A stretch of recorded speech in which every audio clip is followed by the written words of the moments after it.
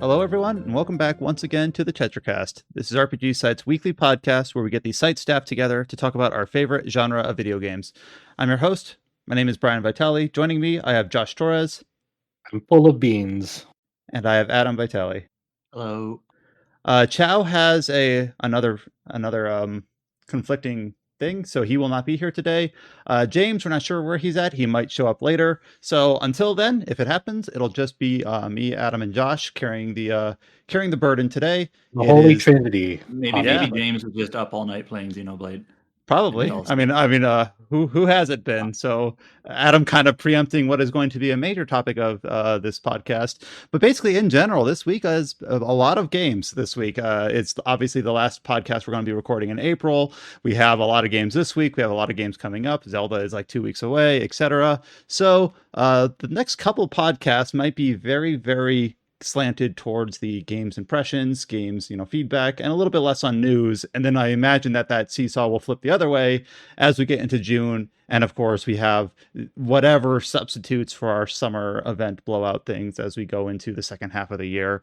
And then as Adam has kind of preempted, of course, we talked last week about the somewhat surprising announcement of the release of the Xenoblade 3's final expansion pass content, Future Redeemed. It released just halfway through this week, and I know that all three of us have basically been playing it. And right before we started recording, we kind of just, touched base to make sure like where we're all at. And it sounds like where we're at is that we're all at a point where none of us have finished the DLC. We're all at roughly the same point story-wise, but of course we have a lot of thoughts and opinions and feelings about this, having all of us have played all three of those games. For those listening, how we're likely going to do this earliest discussion about Xenoblade 3 Future Redeemed is we'll probably split this into we will split this in kind of two sections. We will have an intro section where we'll be as spoiler light as possible. Of course, we will be talking about the characters, the premise. So if you want to know nothing, you will likely want to skip all Xenoblade discussion. We'll talk about early chapter stuff initially, and then I'll try to call out when we're going to where the story has gone about 15 hours into the DLC, where it gets a lot more involved in terms of connection to the other games. Events that happen. Eventually it reaches a point where it's practically impossible to talk about without talking about not just the spoilers in this DLC, but Xenoblade 1 and Xenoblade 2. So yeah. So starting here, we're going to go into a discussion on Xenoblade 3 Future Redeemed. And we'll start out with just talking about the premise. And if you'd like, you can skip to the next timestamp. But otherwise, we're going to go get started right now. So basically, I want to start out by just saying that, Adam, you more or less kind of called this way back when we were discussing what the possible expansion content would be for this game in terms of what story window is there. I mean, this was the most obvious thing, right? So I was basically saying... So what I said, sorry to cut you off, was like we are in Xenoblade 3, or we're introduced to the city, and then there's like in the city there's like 7 statues or 6 statues of the heroes of the city. And basically my thought at the time was all these statues have like unique designs. Like I bet we get to learn who these people are at some point. Now, I did not realize at one point that one of those statues is Shulk and one of them is Rex. Because they don't look like Shulk and Rex, as we knew at the time. I remember I was actually chatting with Scott, and I was basically, this is a truncated version of it. I said, the DLC is going to be about these new characters that introduce the city. And Scott's like, no, it's going to be connecting all 3 games with Shulk and Rex. And it turns out we're both correct. And once they announced it with like they had like the key art with the 3 different swords, you could see there was going to be some crossover here. But yeah. We've all been playing it. None of us have beaten it. I think we're all roughly like 12 to 15 hours in. And I want to say that this is longer than I expected. Going into this, I didn't know if I should expect something more like Torna. And Torna, if I remember correctly, by itself was a $40 cart and had like had its own like self-contained, like marketing cycle and lead up to it. And of course, had its own individual release, right? Right. Yeah, that's what I mean. Yeah. And that of course was it was almost like an expansion, really. But I was wondering, because of this expansion not being a standalone release and coming out so soon, I was wondering, maybe this is more like the definitive edition's Future Connected, which is more just like a 5, 6, 7. I don't quite remember how long that was, but it was a much shorter, just like epilogue.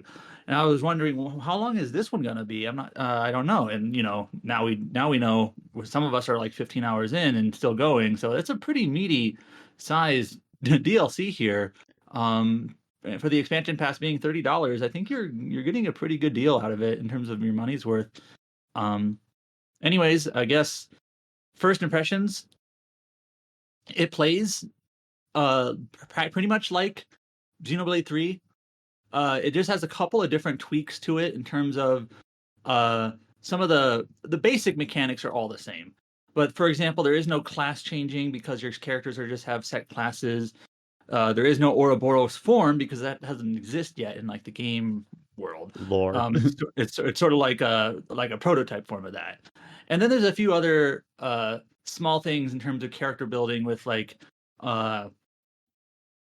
rather than learning skills through classes, of course, they had to do something else. So you gain points, affinity points is what they're called, through a bunch of different actions. It's almost like a big checklist of things. So if you're a completionist, this might not drive you insane, but there are definitely attainable checklists that will like make your brain like go, okay. Or maybe you'll find it satisfying.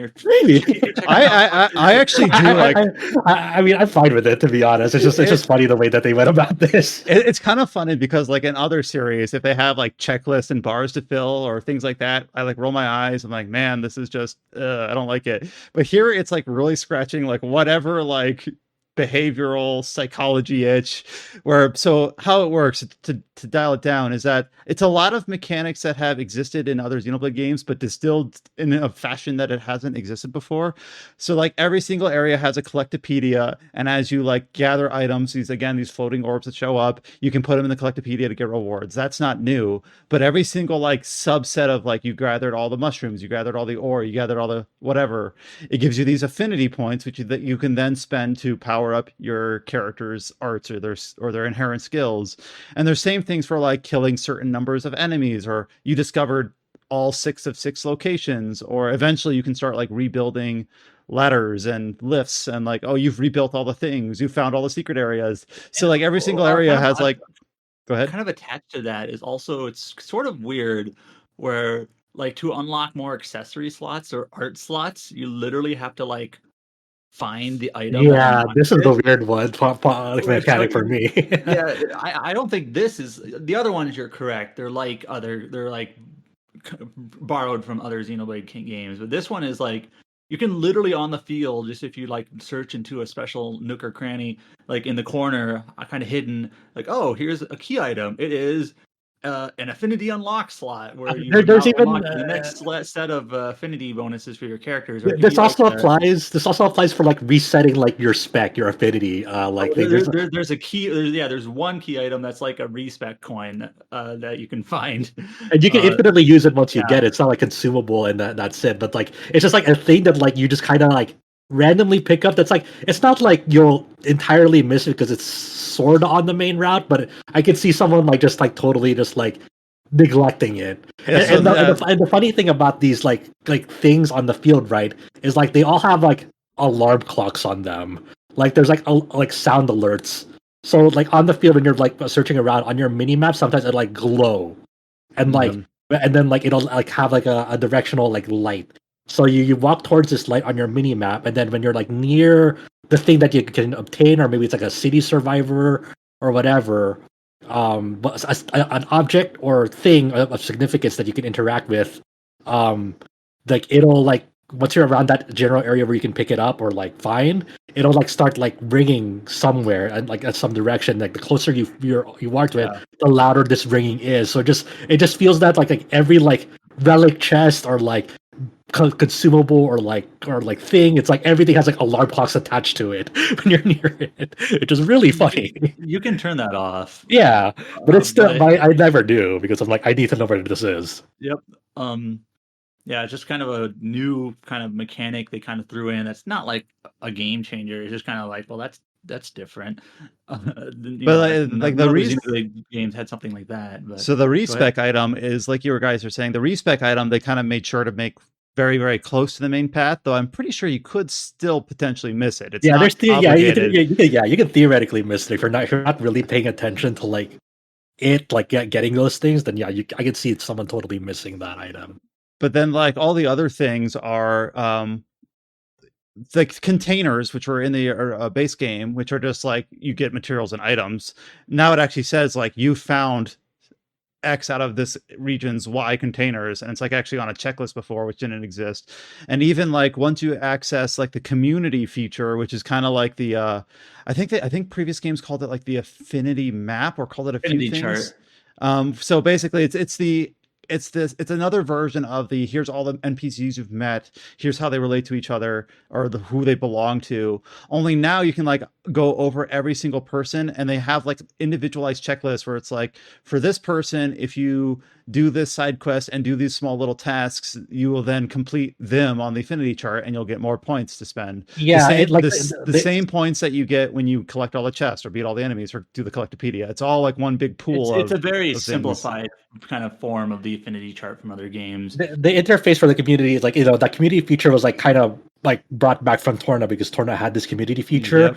But the thing about it is like this one is like it's like a lot more optional because like a big thing about like a big criticism about Torna was like in order to progress through the main story in Torna, you had to go grind. Yeah, you had hard like community gates where you had to like forced to do a certain amount of side quests to like get through the next one. While this one, you're like the community feature it's still the same way where you're like you can talk to NPCs and do quests for them, and then you can obviously get them to your community. But like the main story doesn't like gate you at all. It's more of just like, hey, if you want to like just go out of your way to do more like a side quest, gain additional affinity points from this community feature. It's there, but there's nowhere in the story where it's like, hey, you need to have like achieve this community level, because the community levels aren't a thing anymore. It's just like it's more of an optional thing that you can engage with and now. Even still, it's very simple. Like Brian said, there's tasks for each characters, but most of the tasks are like just talk to them. Yeah. And then like do a quest maybe. They're very easy and very simple.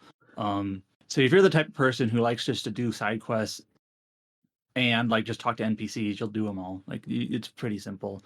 Yeah, it's very. I think they didn't want it to be so overwrought like it was in some other entries, like Xenoblade 1. Some of those affinity chart shenanigans, and also Torna. I think that's the best way to really like think about this like future Redeem DLC of like gameplay systems. Right, it's a very distilled down version of like certain elements and aspects of every Xenoblade game in terms of their like meta systems, but like kind of blended together in a way that kind of feels like kind of pleasant, and like there's like so much quality of life features in it as well that like it's kind of like this weird like realization for like Monolith itself. It's like, okay, there's like things about this that we did well and some things that we didn't, and for the most part, what they only really took out what they did well and kind of left like the bad sides of it behind in this one. I think the only thing, and I remember me and you were talking about this previously this week, is like I wish the collectopedia entries were a little bit more automated. You got to go into the menu and say like, "Yep, I found all these items. Give me the affinity points." But that's a nitpick. Everything else is kind of like there's like no claim all thing for the collectopedia thing when you have like a lot of things. But like it's not the biggest deal. Just like it's one of those. It's like you're almost there, Monolith.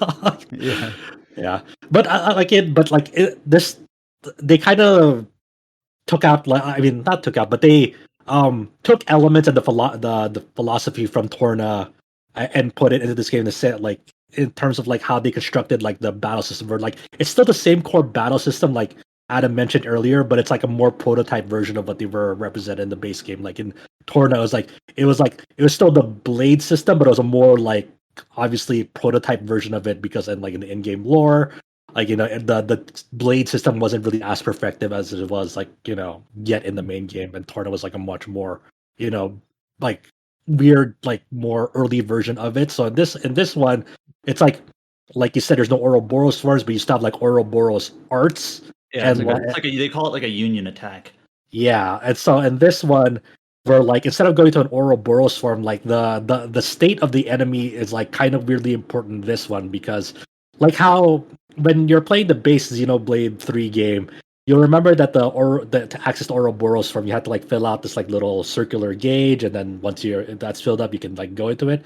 In this one, what replaces that is Unity combos, and like once it's filled up, you can access it at any time to like have two characters that are paired together, perform a Unity combo. But if you really want to get like the Unity art or the special finisher from it, the enemy has to be in a launch state, no matter what, because how you achieve the burst or what's a blowdown or knockdown smash. That's right.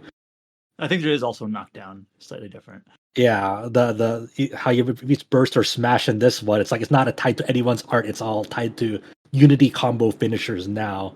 So there's a lot of experimentation of which types of like which pairs you want to of the 6 you want to pair together, because they all have different like effects with each other, and then like have different like finishers on whether it's gonna have like a burst or smash finisher, because it's like an additional like attack on top of like the Unity combo when they're in a launch state. And what Josh is alluding to there is obviously in the base game the character pairs were kind of predetermined, where here you have a menu where you can set of your 6 characters who do you want to pair with who, and they're slightly different depending on your pairings.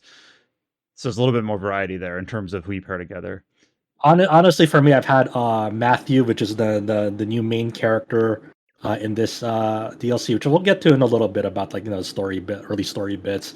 But I've had Matthew and Shulk like working together, because their Unity bonus for me was like it always starts at 70% when you start a new battle, and then like you can upgrade these Unity pairs and combos by finding like special key items, and then like for their special thing when you enhance is like it always starts at full, so I can always go right into a Unity combo when I get an early launch. Like I think that's like the like kind of like if people remember from Torna, like battles were much more speedier, like the pace of them were much more speedy compared to like base Xenoblade 2.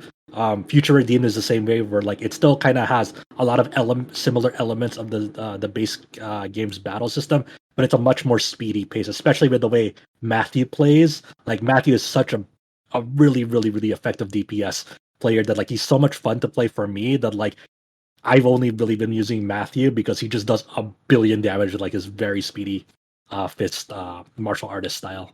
Yeah, the union I use a lot for a really dumb reason is Glimmer and Nicole, who are 2 new characters. And the only reason why I like theirs is because they do the burst, which makes the enemy drop more items. I'm like, ooh, items, because I'm an item goblin. I need the items. Hey, that's valid. It is interesting though, like when we learned, and I'll go through, of course, the character roster in a bit here. But of course, ever since they teased this DLC with the release of the 3rd expansion pass content, yes, Shulk and Rex are playable. Like that's not a spoiler. That was in the marketing. But like Josh said, like, all right, I'm not gonna even play as them. I'm just gonna play as Matthew, this like newcomer. Like didn't know who this person was going into it. But he is so much fun to play. And in the base game, I was like switching characters pretty frequently. But in the base game, if you want to stick to a certain class, you kind of have to. Yeah, but in this game where the classes are more tethered to the individual characters because you can't really change them, I've been just playing like I always every time I got a new character, I wanted to like, all right, let me at least give them a tryout. I don't want to just ignore them. But like, I want to go back to Matthew. Like I don't know, he's really fun to play, and I really like his playstyle. So the 6 characters in this DLC, as detailed earlier, are of course Shulk, Rex, and Matthew, as we have mentioned. Adam mentioned Nicole and Glimmer, who are basically 2 of the kind of characters we knew the least about probably going in. Well, I say that, but then of course the last character I haven't mentioned yet, is also a character who, before going into this DLC, we didn't really know anything about, and we won't go into that until later, until we learn who this character is and how they're involved in the story. And of course, this game is a prequel in terms of it takes place before the events of the main game, but of course, there's a little bit of wobbliness to that because of course, the events of the main game, in terms of the cyclical nature of people and of events. I'll try to keep it as high level as I can right here when talking about that. But how are you feeling about the cast so far? I've really kind of endeared to them quite strongly. I like Matthew a lot. Yeah, he's very straightforward. He's not dumb. He's not like the optimistic dumb guy that you sometimes get. He's just kind of very straightforward, and he's very like says what's on his mind. One of the things that he said early on in the DLC that I kind of liked as emblematic of his character is when he meets Nicole early on. Nicole is the character who looks like a little Shulk, but Nicole's thing is that he can't summon a blade, and that gets him. You know, we don't see any of this, but he says like it makes him feel inadequate, bullied, or whatnot. And Matthew's just like, oh, but you made your own weapon? That's cool. And then he literally says, like, that's just, you know, this is literally his wording, like the tapestry of life, you know, that's just kind of how it is. That's how things are. That's how you are. And it's all cool, man. Like, that was just kind of his approach towards learning this character can't summon a blade, which is a very strange thing. He's just like, no big deal. And he kind of acts sort of like almost like a big brother or father figure to Nicole for a little bit. He's like an immature big brother, so he's not like the character who always has a plan, like, or is always well thought out like Shulk was, and he's also like not super brash but immature in ways like Rex was. He is a little bit like in between those. He's also quite not as like he's different from Noah as well, because Noah was also, I remember when we talked about the base Noah's game, very thoughtful, very reserved. He wouldn't act until he was sure of his decision. He would also be a little bit more passive, which I know some people like actually didn't quite like about him, which I thought was kind of refreshing. So it's interesting that of course all of those characters very much have protagonist energy. We're not saying that it's something we haven't ever seen before, but it's just a nice, you know, he's got some unique characteristic traits to him that are different from the other protagonists we've seen in the series. Yeah, I really like the straightforward nature of Matthew, where he's very confident in everything he does. He's very like, you know, I'll get into the thick of it and then think about like the consequences later. But right now, I prioritize, you know, just kind of like making good on the situation that it's unfolding in front of me, like thinking ahead, be damned, almost. And I think that feeds really nicely into like his dynamic with A. I think one of the most endearing things right away with this DLC is like his relationship with A. Like, you know, these are two new characters that you're introduced to, and like they have a very they're very push and pull. Like, so like since Matthew is so straightforward to a fault, like A is kind of there to kind of rein him in, because A is much more calculated, much more cool, much more mature, much more, you know, thoughtful of the overall situation, think of the bigger picture. It's kind of funny because the way their dynamic is when you first meet them, it implies that they've known each other quite a long time. Like Matthew will be very brash, A will try to pull him back, or A will be a little bit more snippy, but Matthew can like take it. He's got very thick skin. But then you kind of learn later that they haven't really known each other for that long, but they kind of just like their personalities just kind of meshed very like compatibly, not in terms of like a relationship way, just in terms of that they play off each other very, very well. And since there's the first two characters you meet, it ends up being it serves the story very well that they do play off each other in such kind of a natural way. Nicole, I took the longest to warm up to him. First of all, I think his English voice is a bit interesting. It took me a long time to get used to Nicole's English voice. Like at first, when I first I'm like, I don't know if this is like the right fit. It took me a really long time to get used to, but I think I'm okay now. He's like the smallest character, and he has in the group, and he has a relatively deep voice. It's kind of weird. I still don't know if I like it, but like I'm used to it. That like it doesn't bother me now. But it took me quite a few hours to get used to it. Yeah. And then Glimmer, when I first met, I didn't really like her initially because she is, I think a lot of her lines felt like line reads in terms of like her English delivery. But then it feels like it is kind of in line with her character, that she's very frank. It feels intentional. Yeah, she's very frank. She uses very like simple language. She says what's on her mind. She just honestly, like to be honest, like she resembles Pyra, like, you know, appearance wise, but her mannerisms, the way she speaks, is kind of like a more Mithra. Like cool Mithra, like Mithra, but she's not angry, you know. Yeah, Mithra, she's very sarcastic, a lot of scoffing at the situation or at other people's behaviors, just kind of right. Yeah. But I think that like you guys said, like I think it's very intentional with the way like her demeanor is supposed to be like personified. And then of course you have Shulk and Rex, who Shulk is who he is. At least he's in character with how he's been represented in the other games. And Rex, he feels. Sometimes I have to remind myself that it is the same character from 2 because he feels like a different character, but like in a good way. In terms of that, he's still headstrong, he's still brash, but he's a little bit less. He's a little bit more thoughtful. A little bit less. He's less whiny, maybe. Or yeah, I don't know if Rex was whiny. I don't know if whiny is the best word, but Rex was kind of like there's like an immaturity to him that older Rex doesn't quite have. Older Rex is like, I don't know how to like. It's definitely one of those things that like this guy has been through a lot since we last saw him. Probably less so than like how Shulk, because Shulk you can still see like Xenoblade 1 Shulk in Future Redeemed Shulk, but like Future Redeemed Rex is like it's such a big jump that he grew up a little bit. Yeah, which is fine with me, like I dig older Rex. It's a big jump, but it also feels like natural. Like, yeah, this is who Rex would become. So it doesn't feel like it feels like a different character, but in the same sense of like we haven't seen this guy for 15 years, even though obviously we saw him really. When did Xenoblade 2 come out? 6 years ago? 5 years ago. So it feels like I don't recognize him, but I do recognize him. So it's very interesting, and I think they landed in a very good spot with him. The one time, like not the one time, but like the small little detail that I really like from like older Rex that you guys will get to, like there's like a side quest that you'll accept like in the area that Adam's about to get to, and then you'll get to at a certain point. Brian, where like there's a side quest about like treasure hunting, and of course like Rex is up for treasure hunting because he used to be a treasure hunter, like salvager, so he's like it reminds me of the old days, so like okay, all right. Well, and I think that's go for it.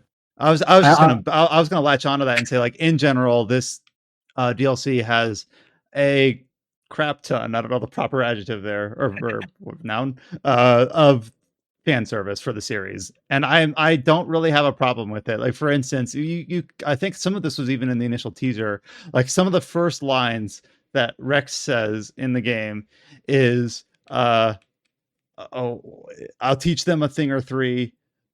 And then some of the other chirps, I like your attitude. Like just like, oh, of course, because those are his battle chirps from the second game.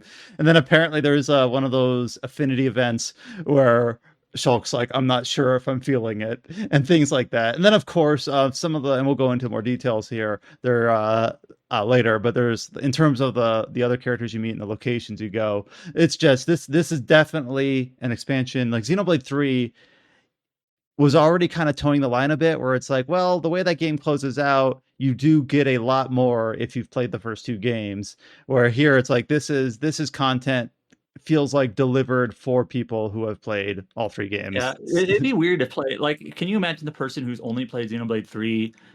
Like, I think Xenoblade 3 you can mostly play standalone because you're basically playing it from the perspective of Noah or whatever, and you're learning about other stuff as you go. But this game is like, it'd be this DLC a little bit trickier, I think. Yeah, I agree. Like this one, I can't even imagine. Like I did. Like, of course, there are definitely people gonna be playing it who've only played 1 or 2 of the games. Yeah, it's not impossible. There's so many throwbacks, right? Both kind of cheeky as well as story stuff, which we'll get to. Which there's a scene on a beach with the characters that's like an important dialogue, and if you hadn't played Xenoblade 2, it's gonna sound like nonsense. What? Who are these people?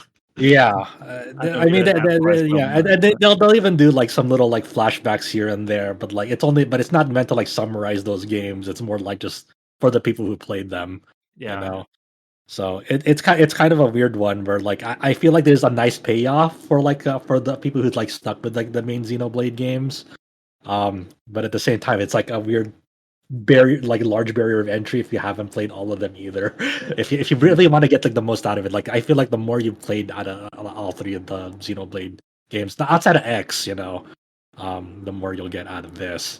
Like Cross is still very good. I know. I mean, like, hey, man, there's like a little tiny bit of like Xenoblade Cross, not in terms of story, but like there's like mechanics, like the ether mask thing, which is like, yeah, but that's it, Unless something crazy happens at the end, I don't know. Like you said, no one's completed here. Unless something fucking crazy happens at the end, then Elma shows up. Can you imagine? It's like, Oh, shit. I kept you waiting, huh? It's like, what the fuck? Yeah, I mean, where do you want to go, Brian? You can go anywhere. We kind of left off Nicol and Glimmer. They're the young characters, and they're both characters. We were talking about their voice performance, but as characters, they're kind of the characters who, they're the ones who are. So I guess I should say Matthew is from the city. So if you played Xenoblade 3, you know what that means. Nicol and Glimmer are from Agnes, they're in the cycle. Yeah, they're in the cycle. So they basically get the relative very early spoilers. They get broken out of the cycle very early, and they're kind of like the fish out of water. Like, what's going on? This doesn't make sense. Yeah, it's like the main characters from 3 when they get like broken out of the cycle from Vandom. Yeah, so they're two characters. They're kind of like the naive characters, but also kind of like the youngins. They're the fresh face, like Nicole's got his little gimmick is that he's very handsy with like tools and stuff, so he kind of comes into that's his utility as a character there. But as like in terms of like storytelling, they're mostly just like the stand-in for like all the people who are fighting in this endless war, kind of like the main cast from the main game. And there's a nice little scene between them where they kind of get a feel for each other, where Nicole kind of gets more swooped in a bit quicker and a little bit like not by his choice. Glimmer has a little bit of a story segment where she kind of pushes back. She wants to go back to what she knows. She was looking forward to her homecoming, doesn't want to get involved in this stuff, but eventually kind of, acquiesces and gets pulled in. So that they're pretty fun characters. And there's kind of a moment later in the story where they kind of prove themselves in terms of like, yeah, we're ready for this. Because even though Matthew and A are also new characters, they're very clearly established as being like veterans. They've been around a while. They've been incorporated with the city a while. Of course, Shulk and Rex have seen all the shit. So these two characters kind of have to prove themselves, and they do. And everyone else kind of the camaraderie it feels really nice just to see them all kind of come together and latch arms, so to speak, and tackle the threat. I'm not. Go for it.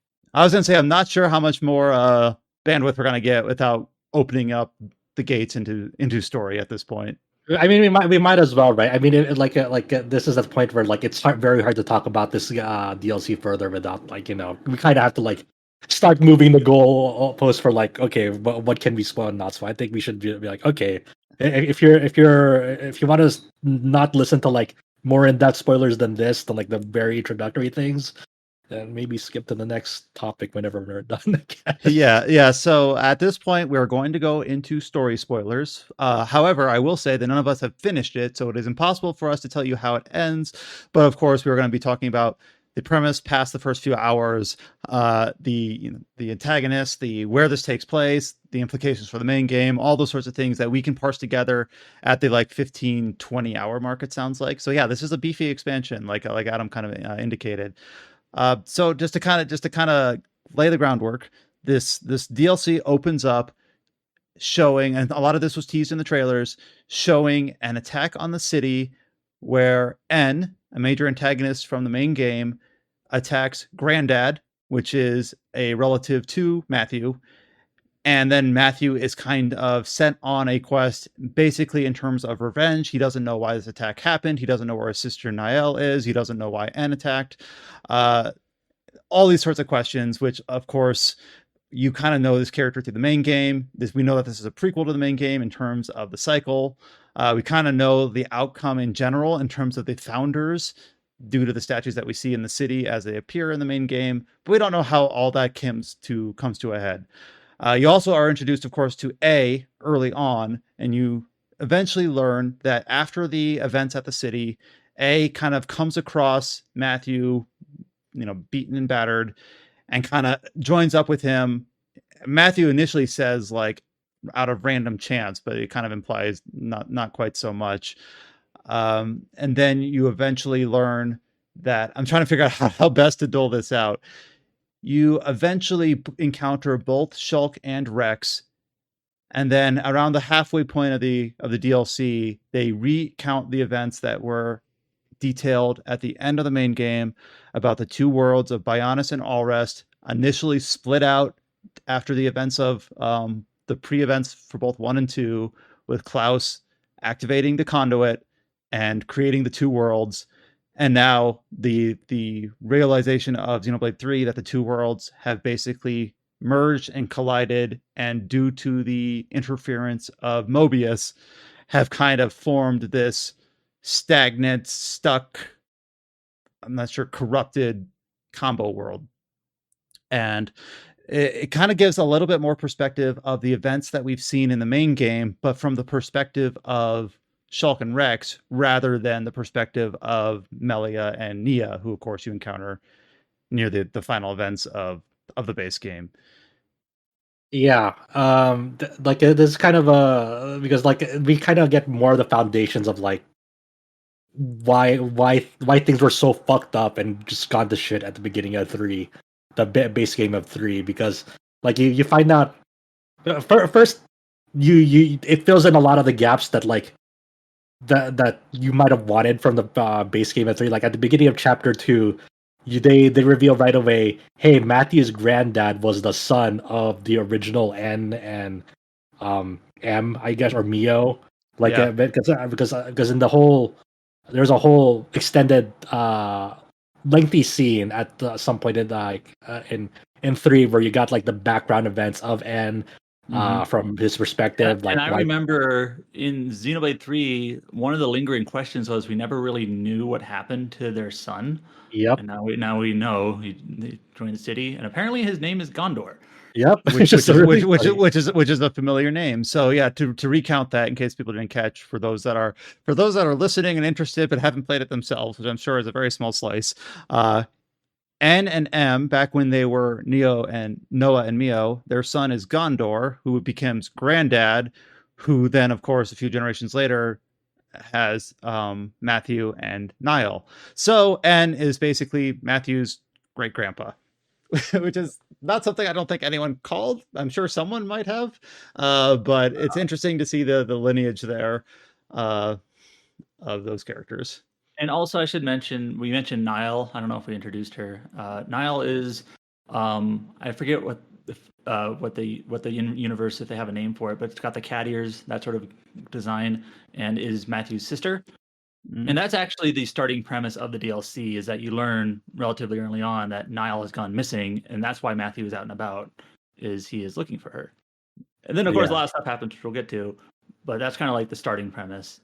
And in the original Xenoblade, we learn, in the main game of Xenoblade 3, we learn that the city you visit is actually like the second version of the city, because the first city was destroyed. And that this is basically starts off right after that. So when you open up this DLC, you play as Matthew and A. That's like right after or shortly after the first city gets destroyed by N. So, and then during this time, Niall goes missing, and that's basically the starting premise there. Yeah, I'm not really sure where you want to jump to next, because like there's so much you can go with this. Like, do you want to start laying down the ground for like Nicole and Glimmer? That's what I was thinking. Yeah. So okay, so Matthew and A, who you start with, the next two characters you introduce to are Nicole and Glimmer, which is this is part of the area where there is still lingering questions for me, not being completed with the DLC. So Nicole and Glimmer. Nicole is from Kevnus and Glimmer is from Agnes. I hope I have that right. And they're in the middle of a fight, and basically Matthew and A, being part of the city, part of the initial Ouroboros, they're like, well, we don't need these people to fight. And Matthew ends up being, the headstrong person that we've kind of described that he is, kind of pulls a Van Damme in the original game with the original cast, and basically frees them from their flame clocks, and basically kind of recruits them against their will, sort of. And we kind of talked about it a little bit. And he's literally like, yo, stop fighting. This is pointless. Like, yeah, just be friends, be buddy. Like, don't fight. You're not enemies, sort of thing. He's straightforward with them. So it rhymes with the base game very similarly with the two parties that merged near the end of the initial chapters of that game. So Nicole and Glimmer basically get recruited. There's a little bit of a story arc where Glimmer is reluctant and ends up trying to basically go back to what she knows, goes back to Agnes, go back to her homecoming, but then of course is attacked because she's no longer in the cycle. Mobius basically sorts her out, attacks her, and then you're introduced to, of course, the final two characters, which are Shulk and Rex, and they go in. And you have this big. I think this is like the end of chapter 2 in the DLC, where they you have your full party. You're introduced to Shulk and Rex. You fight this Mobius boss, and then at that point you've got your 6 characters. They all try to have like a heart to heart about what's going on, and it's actually quite a very straightforward scene where Matthew's like, I'm fucking confused. You guys better explain things. And then you do literally sit down and Shulk and Rex recount some of the things that we know about the base game, but from their perspective. And honestly, for me, who it's been, when did the base game come out? September, August? I don't remember. It was not July. Damn. So it's been 9-10 months just to recount the events of the merging worlds, about the building of Origin, things like that, and about the cycles. However, the lingering question, and this is something that a lot of people speculated, is that Nicole and Glimmer are clearly and implied, very, very strongly implied to be related to Shulk and Rex. They're offspring of some form, or at least their DNA carried forward in some fashion.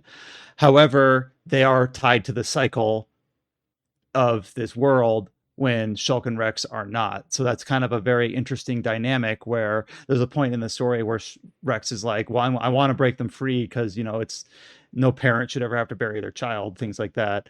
Where I'll be honest, I'm a little bit confused about the order of events where they have the generations. However, they're not part of the cycle because they're external to it, but Nicole and Glimmer are, but they've been freed from it in the same way that the main cast was. So there's a little bit of wibbliness there that I don't quite have it parsed together in my head quite yet. But of course, also, in terms of just like the timeline, like how long has this world been going? Like how many cycles has it been? This isn't the start of this world. It's been a few generations, and Shulk and Rex are here in the present. So there's some sort of time. Yeah, I wonder. Hopefully, that I have to believe that that'll get cleared up as we continue on, and maybe maybe like that the way later on in the DLC when we reach it, they'll lay it out for us, or like give us enough to be able to connect the dots on that. I'm crossing my fingers on that. And but to be clear, Shulk and Rex very obviously know and acknowledge that, Glimmer looks like Pyra and Mithra, and Nicole looks like me. Yeah. So they recognize this. You get a lot of like great moments because of like a lot of dad moments in this game too. Like they're not necessarily their children. Yeah, but they're basically sort of acting like, this is basically my daughter and basically my son. Yeah, they're using terms like parent and child, but they're kind of avoiding saying you are my son or daughter. Exactly. So that's why so I don't know if I don't know if I'm reading too much into it, or if it's somehow like it's their DNA kind of reimagined in this world in terms of like what the of like this genetical arc, the origin. The fact that it was originally set up to be kind of like the rebirth of the world once they collided and kind of like nullify each other. And in the base game, there was some sort of cheeky dialogue, never straight out said outright, between Nia and Mio, which sort of implied like, you are my descendant in some fashion. We like not necessarily like a bloodline, like in terms of like a normal genealogy, but in some Xenoblade-esque fashion, you have my DNA and are in this world as my offspring, sort of. Yeah, so they're yeah, and of course it's like they're not telling them directly like they're related or not. They're related to their face. It's more about like general themes of parenthood and like like wanting to be there as like a parent figure. Well, it's even kind of fun, like even little tiny ways that they acknowledge this. Like whenever Rex, at least in the part that I'm gotten to so far, has dialogue with Glimmer, he was calling her like, "Hey, kiddo," and she's like, "I'm not kiddo." Yeah, you're right. I know, Glimmer. So like just little moments like that where it's like he clearly has a fondness for her because he has her at an advantage. He knows like where she's from and has more knowledge than her, but wants to kind of ease her into like exposing her eyes to the world. And and to be clear, if you haven't played this, for people listening, Rex and Shulk don't outright come and say like, "I am your dad." They don't say that. They kind of like take them under their wing, sort of thing. And they even have things where like Nicole he's not meek, but he's quiet. He's a little bit more easygoing. I guess I even described him as meek earlier, even though I think that's a misattribution. Basically, Shulk is like A actually calls him out on that when Matthew says that, and then Shulk actually goes to Rex like, yours might be more difficult to handle than mine, or something like that. Where it's like, oh, okay, so they each have their own individual personalities.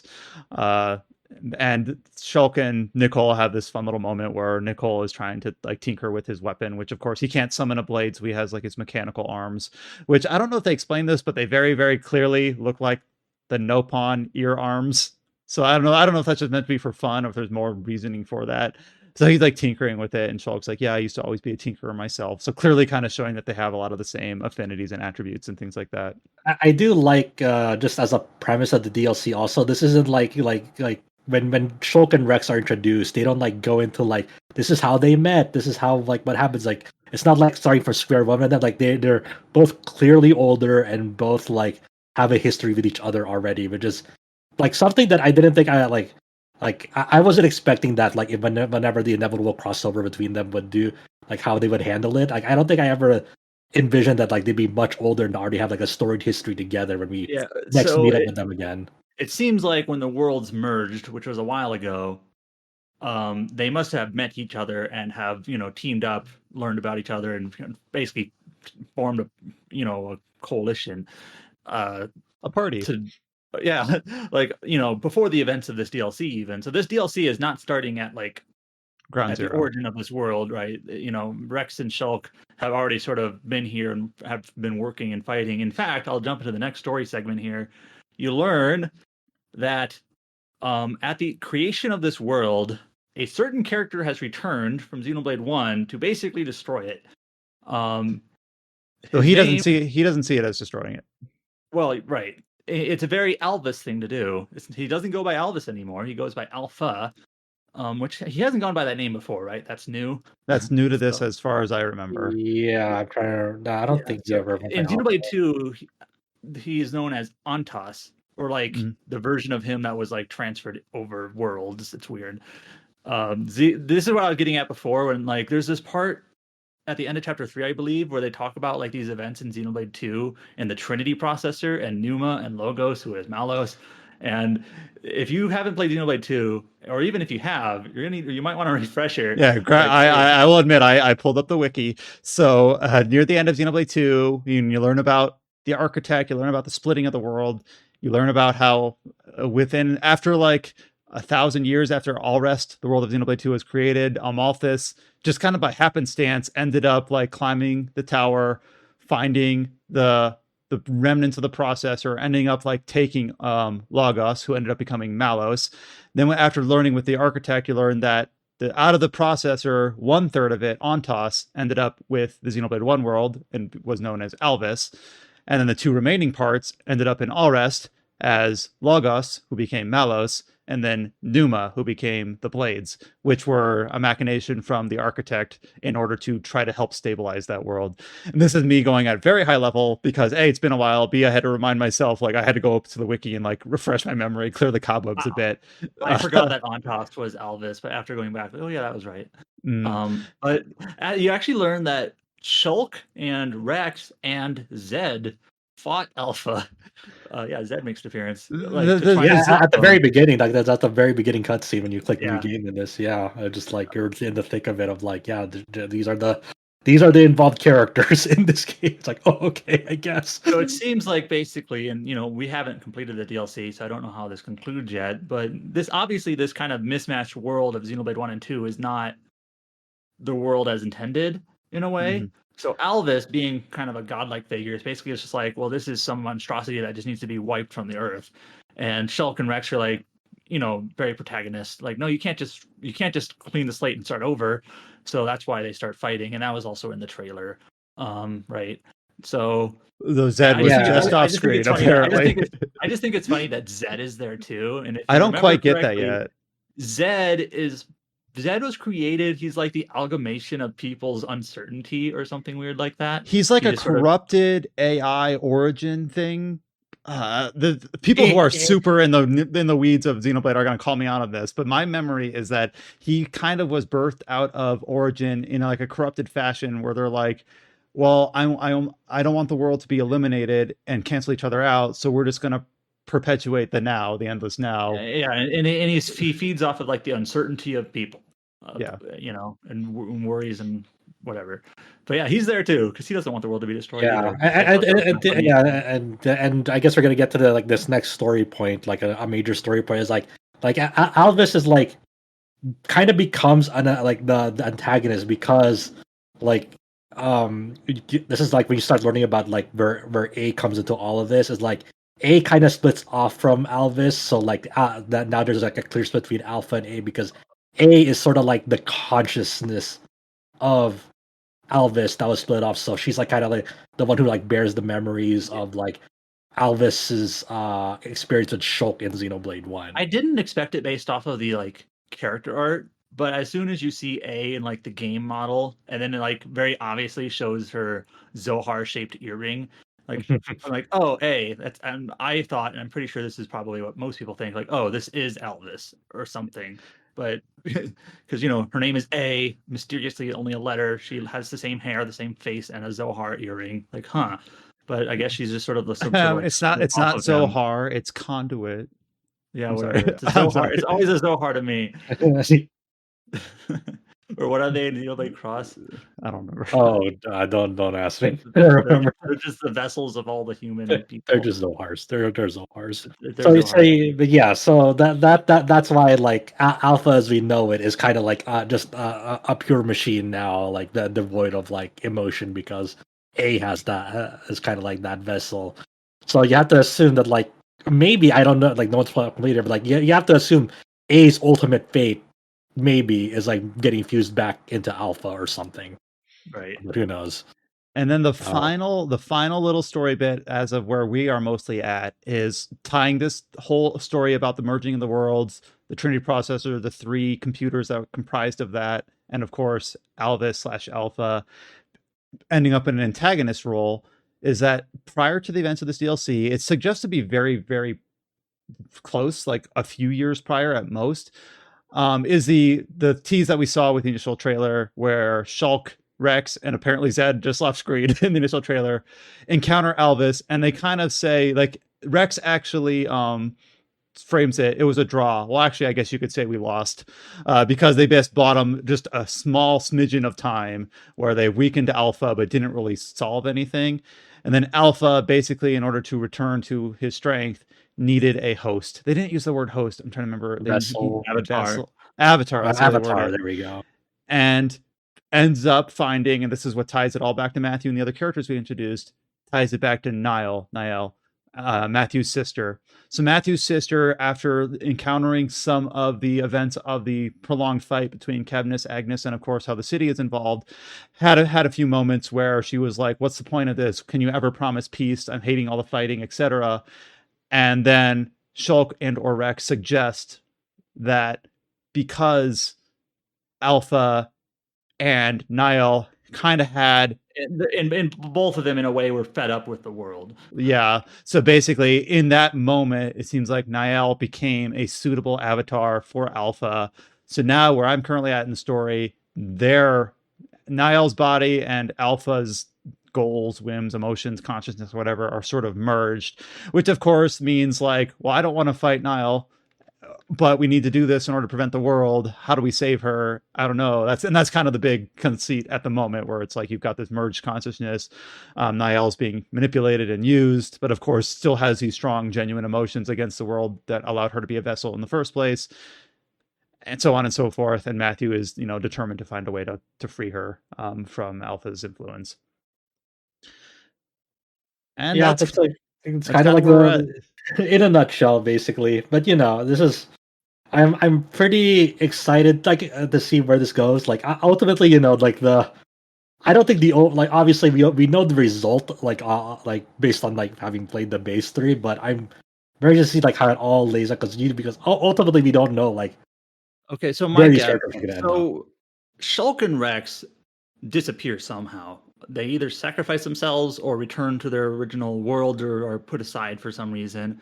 I'm gonna guess that Matthew and maybe Niall, when she gets her senses back, make like the first true Mobius at some point, or something, or maybe true Ouroboros, you mean? Or sorry, true Ouroboros, not Mobius. You know what I meant? Because right now there isn't one. So I'm like, that would be, a suitable final boss. Like you are the first Ouroboros or something. I don't know. And I don't really know what to expect to happen to like Nicole and Glimmer. Like, do they just stay in the cycle, or I don't know? What I think is that I think Shulk and Rex will sacrifice themselves for their quote unquote children, and then at the end of base 3, what if there's ever like a Xenoblade 4, which I assume I imagine if there's ever like a Xenoblade 4 that like directly is like a direct continuation of 3 somehow. I think Nicole and Glimmer are going to be like the main protagonists that are now part in the unified like true timeline. Well, at the end of Xenoblade 3, we know that the world split back apart. Yeah, they split back apart, so like time is still going. But like I just have to assume it's like I can't think of like, if they're not going to introduce like directly new characters, then I wonder if they're going to like if they're like kind of outfitting Nicole and Glimmer in this DLC to like kind of like carry on the legacy of their parents to whatever new thing or threat is going to be. One other thing in the story that I don't quite know yet is how the Fog Beasts kind of all play into a role. Yeah, good point. So I'm wondering if like the Fog Beasts started showing up in the Xenoblade 1 DLC or Future Connected, like when the worlds were like starting to merge or approaching, like it was sort of just like an effect of, like a symptom of this sort of merging world, or like an early symptom, but they're showing up here now too, and I'm like, not sure. But the thing is, yeah. So about halfway through this DLC, you start encountering Fog Beasts, and the characters, at least in my recollection, have not identified them or said like, what are these? They just view them as antagonists and they got to be taken care of. So it's very interesting that they show up. It's almost like the developers like, hey, remember these from Future Connected? And we're like, yes, I do. What are they doing here? I'm confused. Please explain to me, Takahashi. It's also really funny because like even in Future Connected, like when you play and you see the Fog Beast, you're still as clueless as you are going into this one as you were in Future Connected. You're still like, yeah, I guess these are still pretty much like nothing really gets resolved about them in Future Connected. Like you're introduced and then you're like, okay, I guess. So like, I'm sure that those will be addressed, but I don't know for certain. Yeah. My guess is kind of Adams is that they're kind of like a symptom or consequence of the world kind of being in kind of this weird, precarious, partially merged state. But I don't know. Now, in terms of like, not talking about the story itself or recounting it, but like, this direction for this DLC, it's obviously like connecting all the games together in a way, and we know that this isn't like the chronological finale because this all takes place before Xenoblade Chronicles 3, but this is a way that kind of more strongly ties 1 and 2 to 3. They are already tied, but this is just kind of, I guess what I'm getting at here is that I would almost say I'm just one step short of saying that this DLC is essential. I think it's like some really, really good context to like what happens at the backdrop of Xenoblade Chronicles 3. We haven't finished it yet, so obviously that can change. But I think if this is a send off for like a trilogy, I think it's a pretty good conceptual DLC to do. It's not necessarily stuff like we know what the conclusion of this is going to be. It's not like a mini sequel or anything, but I think it more strongly ties all the games together. Now, I also know apparently in an interview around when the game released, they never necessarily said that this series is going to be a trilogy and that's it. There could be a Xenoblade Chronicles 4. I remember us discussing that where they're like, we're probably. I remember when the game was announced, like we were so like predisposed just in media that it's going to be a trilogy, and if there is a 4, it's going to shake things up majorly, and it might still do that. But I remember looking at that interview late last fall, we're like, oh, maybe we'll just have a 4. It'll just proceed. And just keep going. And it's interesting that you talk about like the fact that this DLC is tying the 3 games together but takes place before the third game. So like, it's just an interesting way that they've configured that. This is not like the end state of all three games bookended here at the very end, but somehow by the end of this DLC, Albus will have to be taken out of the picture. Like the Trinity processor will be no more. Question mark. I need to remind myself exactly what happened at the end of Xenoblade 2. Like the processor's still there, right? Yeah. So like, everything. Yeah, we never know Numa's ultimate fate along with Talos at the end of 2. We don't know. I guess we don't. Well, Glimmer has like the green processor shaped thing on her chest, but I can't tell if it's just meant to be like a callback or generally like she actually is like more like how significant is that? Is it incredibly significant or not significant? Like remember, like Pyra has had that, and that wasn't like the processor itself, right? Right. So. Yeah. Good point. So it could just be adopting the fact that yes, she's just a related. Zohar-shaped core crystal. We love Zohars here. Mm-hmm. So yeah, I don't know. Well, we'll see. I mean, that's just it's a pretty big meaty DLC. I think people, like I said, like the more you played of the main Xenoblade games, the more you'll get out of it. You'll be visiting you'll be visiting a handful of like familiar locations, and you'll be hearing like a lot of like familiar tunes and rearrangements of those tunes. You'll definitely get your callbacks of like, there's like affinity scenes in this where like there's actually like little nodes that like you can interact with, and then characters will surround like recalling things from the past as they like remark about their surroundings. And that reminds me, like, so first of all, I want to say two things. I remember when we were talking about, it doesn't feel like that long ago. I remember when we were talking about Future Connected, and me and Adam were kind of on the same page saying like, you know what? I'm kind of glad that this isn't like super meta, that they're not tying everything together. It can kind of be standalone. But in this one, I'm actually kind of like really vibing with the fact that it is just chock full of fan service. I'm like, yeah, I'm actually really quite enjoying this. Put all together. Think they got like they earned both of them, right? Because like they released a separate full game that was all its own thing for the most part, and like that felt like a complete experience from beginning to end. And then they were also able to like kind of release a side thing that connected it all together. So like they kind of like fulfilled both like ends of that spectrum and made them both feel really good to play and feel fulfilling to like experience through. And Future Connected, I think primarily just giving Melia a little bit more of a conclusion was kind of sorely needed. Was worth, yeah. Yeah. But I will say, like on this DLC, like there is a point in this DLC about halfway through, and I'm okay spoiling this because we're in the spoiler tagged section of our timestamps here, is that you will encounter, like, you're in an area and it's like, wait, is that the Colony 9 music? Like the original music from some of the first music you hear in Xenoblade 1? Yeah, it is. Wait, is that the Colony 9 battle music? Yeah, it is. And then you go to a place and you're like, holy shit, it's Colony 9. And then I thought the game would just kind of leave it at that, just kind of like a familiar tease for people who recognize it. But then like literally you see the landmark and it's called Colony 9. And then literally the characters are like, yes, this is Colony 9. Like, oh, okay. They just literally like blatantly stated out there. And then there's other ports where they're like, yeah, that's what is that? Is that Valak Mountain? Oh no, it's a combination of Valak Mountain and Tantal, because those are both like the snowy places in the other two games. Like basically the Rex and Shulk can see that their worlds are being merged. Mm.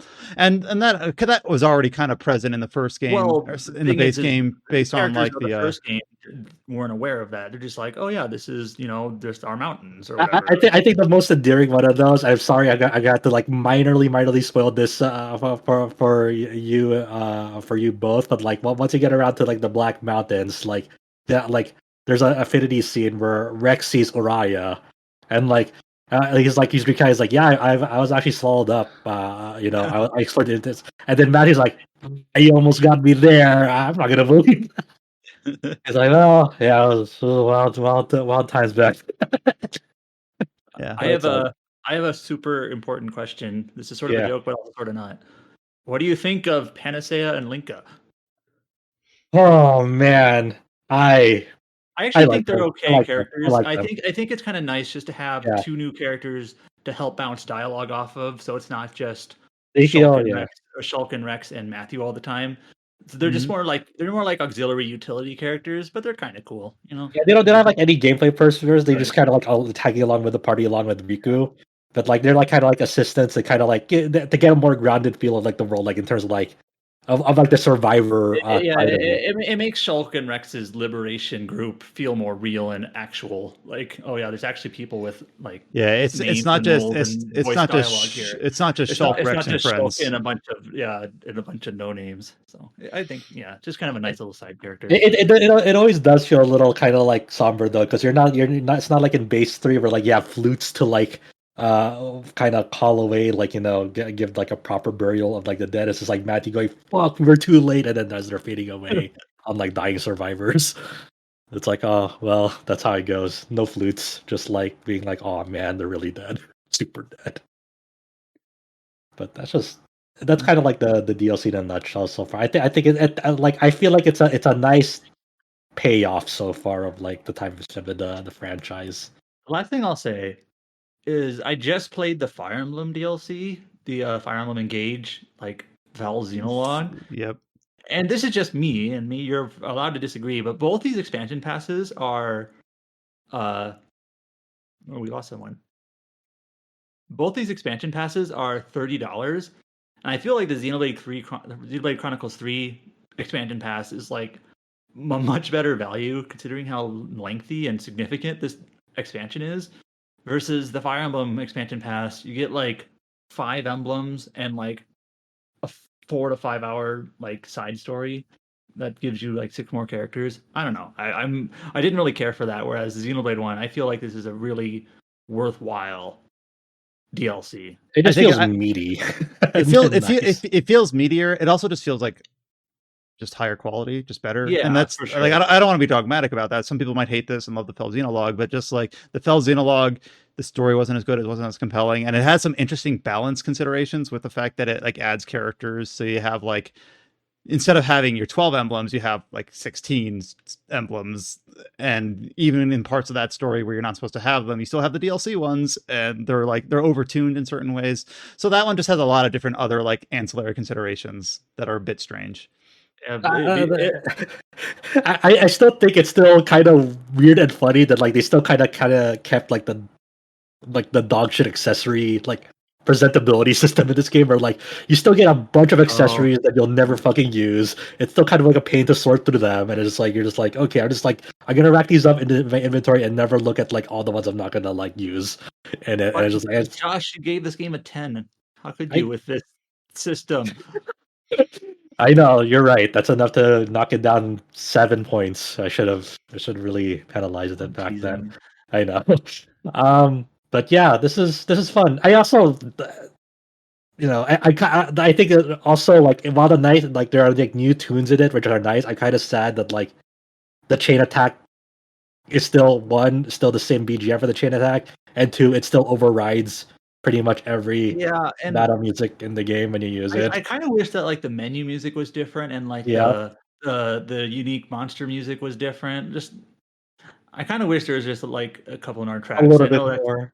Now I know that's like almost ridiculous to say because this game has like 1 million tracks already, but it's like it would have been nice to like just have even if you got like old tracks from like 1 and 2 and pulled them in here like for those things, that would have been cool. But we're asking too much, even though it's already really, really good. It's just like we're asking more from it.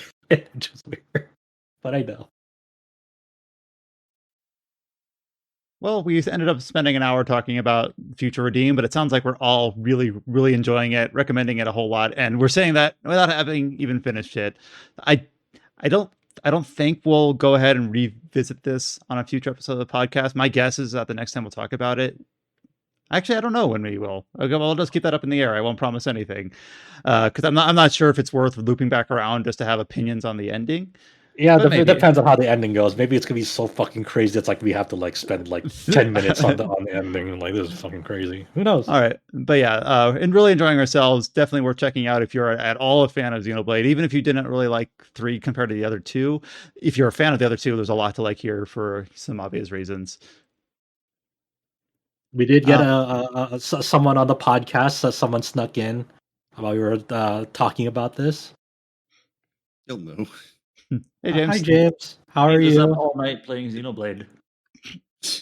I was up all night playing games, that's for sure. Okay. So the next couple games that I have earmarked here to talk about, I wasn't sure if we would get to based on whether or not we would have James and or Chow present. How about this? The next game that I have linked here is to talk about another pretty major release of the week, and that is the next game from Hoyoverse, Honkai Star Rail. I know, James, you had stated you were interested in this. Have you started it yet, or have you not? Yes. All right, but so even though that's the case, I do know that Chow has also put significant time into this. So how do you guys feel about that we push Honkai Star Rail discussion to hopefully next week if we can get both you and Chow available to talk about it? Does that sound fair? Yeah, that's fair. Yeah, and unless Chow shows up later this week, maybe we'll just push it down forward a half hour or so. But I just want to, two people, one that put a ton of time into Genshin, one that I don't think has, and make sure we give that game its full due and get a lot of different opinions on it, because it is. I have seen a lot of positive word of mouth on that game, and I just want to make sure we give it its full credit once we do introduce it.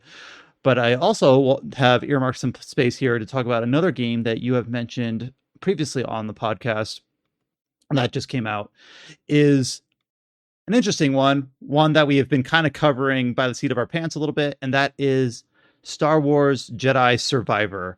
So you have put up a review for this game. You've talked about it a little bit in some preview context previously, but of course, this is a game that we've decided to cover fully on our site. You've had a lot of opinions on it. I know that you shared on social media and within our Discord channel.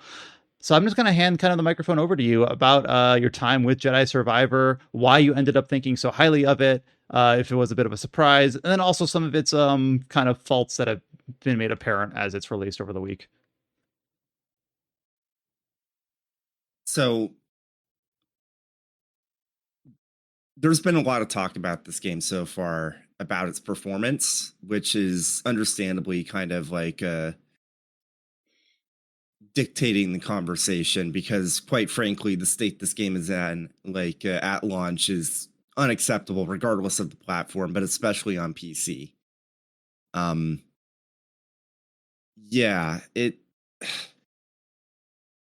it's an awkward situation for me, because while I mentioned in my review that I ran into issues with the performance on my playthrough, the more I read about it, the more it seems like I probably had one of the better experiences with the port. Yeah, I think it's that's always one of the challenging things about like when you're reviewing a game pre-release, because you never know like when the game that you're playing, like you don't know if like the issues are like confined to maybe your configuration, and you can't account for like how everyone else's configurations will, what their experience are going to be.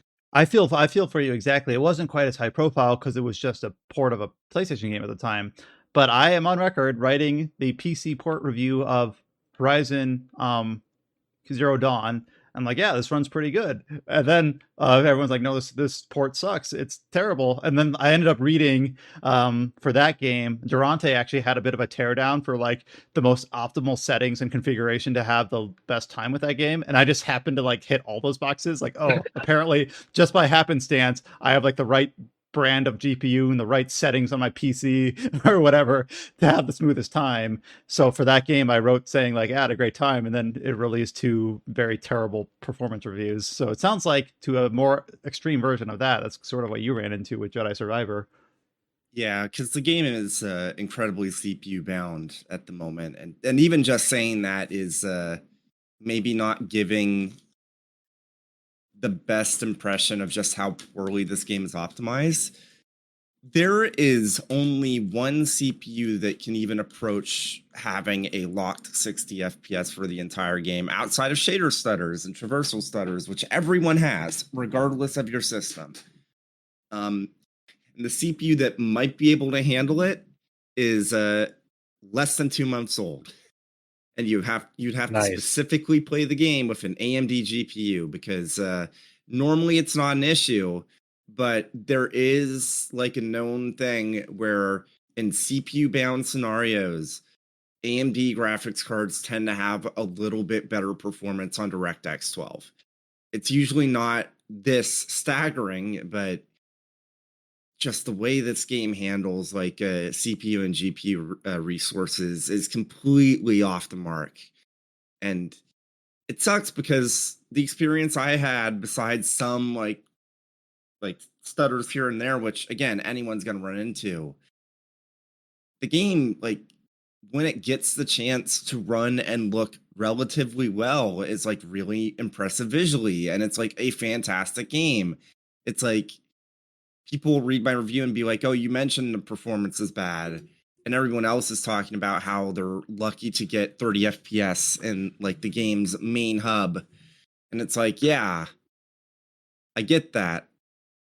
That wasn't quite the experience that I had on my machine. So when I was writing my review, it's like I'd heard that other CPs had issues maintaining 60 FPS, and I mentioned it, but even then, I did not realize just how bad the game's optimization was.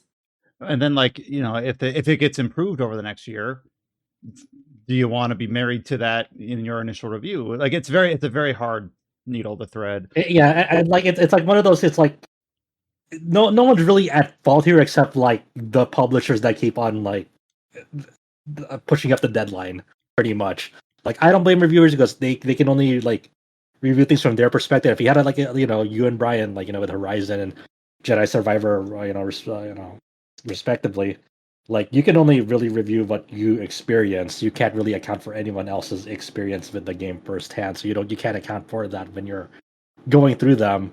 But at the same time, I can understand, people's frustrations, like, hey, they're asking $70 for this game, and like it just doesn't fucking work on my machine, or it fucking runs poorly on my machine. Like, of course people are gonna be mad about that. And and I can understand, like, it's kind of like it's kind of maybe misplaced anger, but like, it does feel frustrating on some level, on like human level, when you see like people having a better experience, and you see like these like reviews from people from outlets, and be like, what the fuck are they doing? This thing is totally broken on release, and a lot of people have been reporting it as such, and you guys have been like been praising it very highly without like um even though it's like totally not working for me and a lot of other people. And like they just want to like be angry, because they're frustrated about the whole situation, and they don't know where to like kind of vent towards, Well, Which, so what if, let's say I haven't been following this game as closely, and I say like, okay, PC port is kind of busted. That's unfortunately not new news this year. It's been a recurring theme. I'll just get it on PS5. Like, if I say that, is that a good idea? Is that like, I don't know. If you're fine with 30 FPS, the quality mode on consoles seems to be mostly okay. and then that's already with a lot of some quality, like mostly okay, So with 30 FPS, they can't even maintain that 30 FPS, Yeah. So Like, I was watching a buddy of mine play through the opening sections of the game, and he ran into, like, on the second planet, there's like this like river that's kind of cutting through a bunch of the main hub, and apparently quality mode on consoles just has ray tracing enabled. So as soon as you step up to that river, like, the frame rate halves to 15 FPS on quality mode. Wow. Because it's like, here's a ray trace reflection. This is a big river, which means it's reflecting a lot. I'm still at the place like where the ray tracing I'll turn it on, but like I'm still at a point where the performance payoff is not worth it. I don't think I've ever played through a game, Cyberpunk initially, and then like Forspoken had it, I think, where I've kept it on because the performance hit was always just too massive. And now it's like the fact that you don't get a say in the matter here. Like, oh, okay. Well, on neat. PC you do get a say, and I did Well, actually I meant play on the through console the game. version. Yeah. So I mean, okay, it's like I guess since we're on this topic, Respawn has come out on their Twitter, obviously stating like we're working on fixes for the PC version.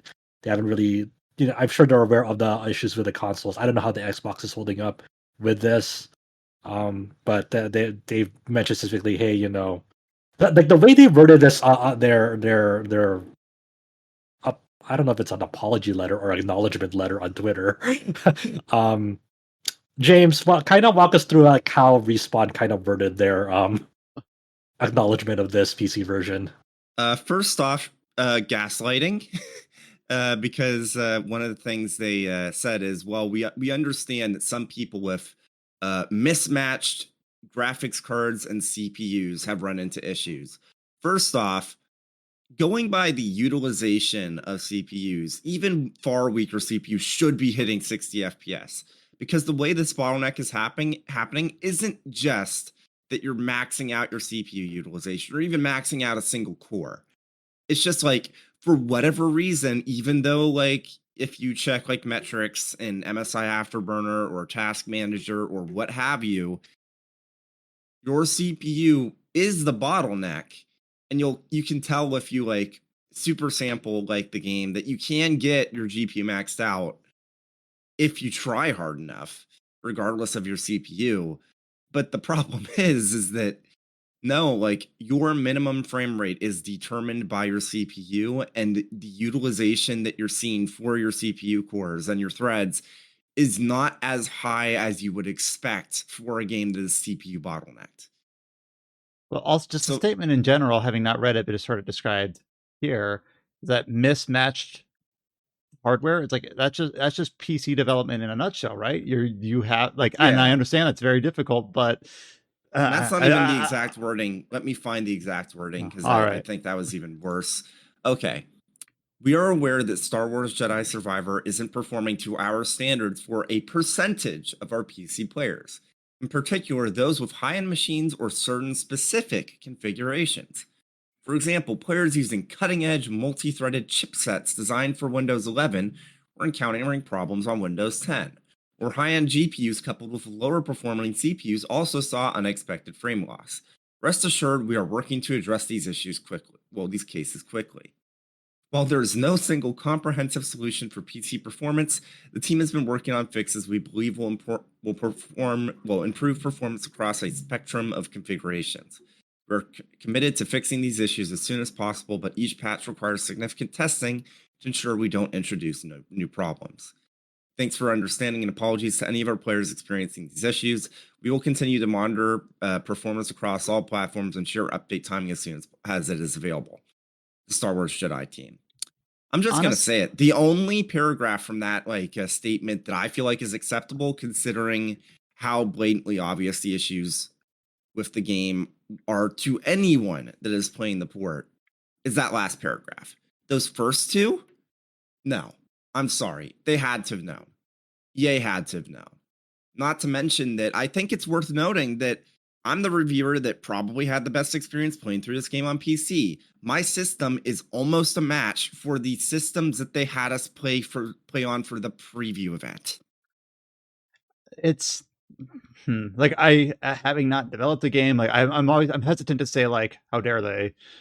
But to me, it's just like the fact that they called out the specific like configuration, like, oh, a hardware designed for a certain operating system but on another operating system, or having a high-end GPU that wasn't intended to be delivered to or something. It just seems like, I don't know if they needed that specificity in their in the statement. I feel like they pre-prepped this letter before launch, and like it's like, all right, now hit tweet.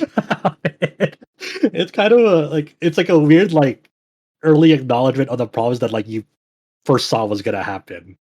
In a I'd weird also way. like to mention that I specifically asked the developers about some parts of the PC port during the preview event. I asked, okay, is it going to precompile shaders? They said it did.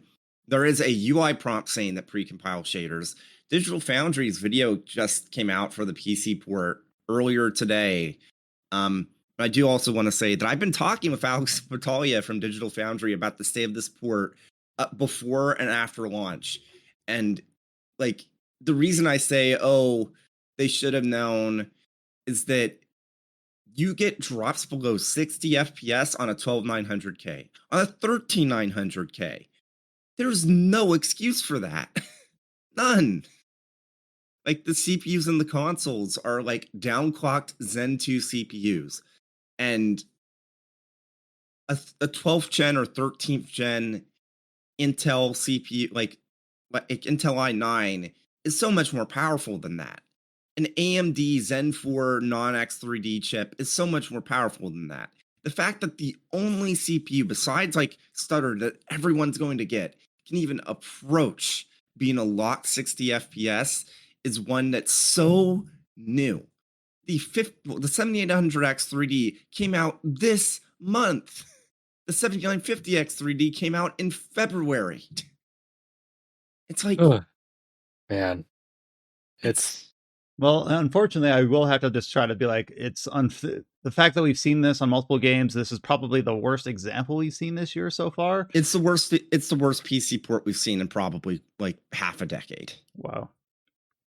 But then I have to transition to be like, all right, setting that aside, how about the game? It's one of those weird things that like should we just like talk about like what this game is like at a later like maybe date, like maybe next week, to see like if it's running better and like more people are able to like play this game. Because for me, like for me, it's just like I don't know what kind of like get out of like talking about the contents of this game, and like a lot of people are just like can't even play it, frankly. So it's just like it's kind of a weird thing. But like I read your review. It's a really, really good review that you put up, James. I'm really excited to like play it whenever they fucking make it playable, because I did my Jedi Fallen Order replay.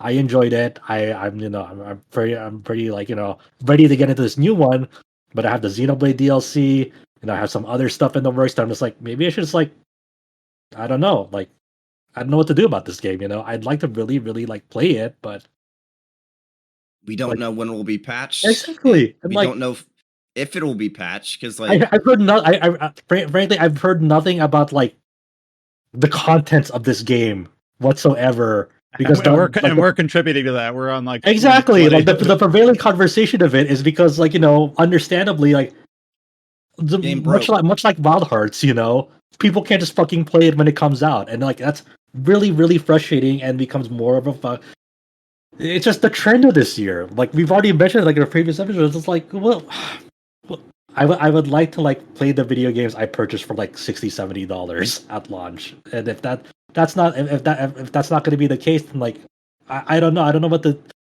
tell people. It's like support developers at launch, but but in this case, like how much are you willing to do it though? Like when you can't even like just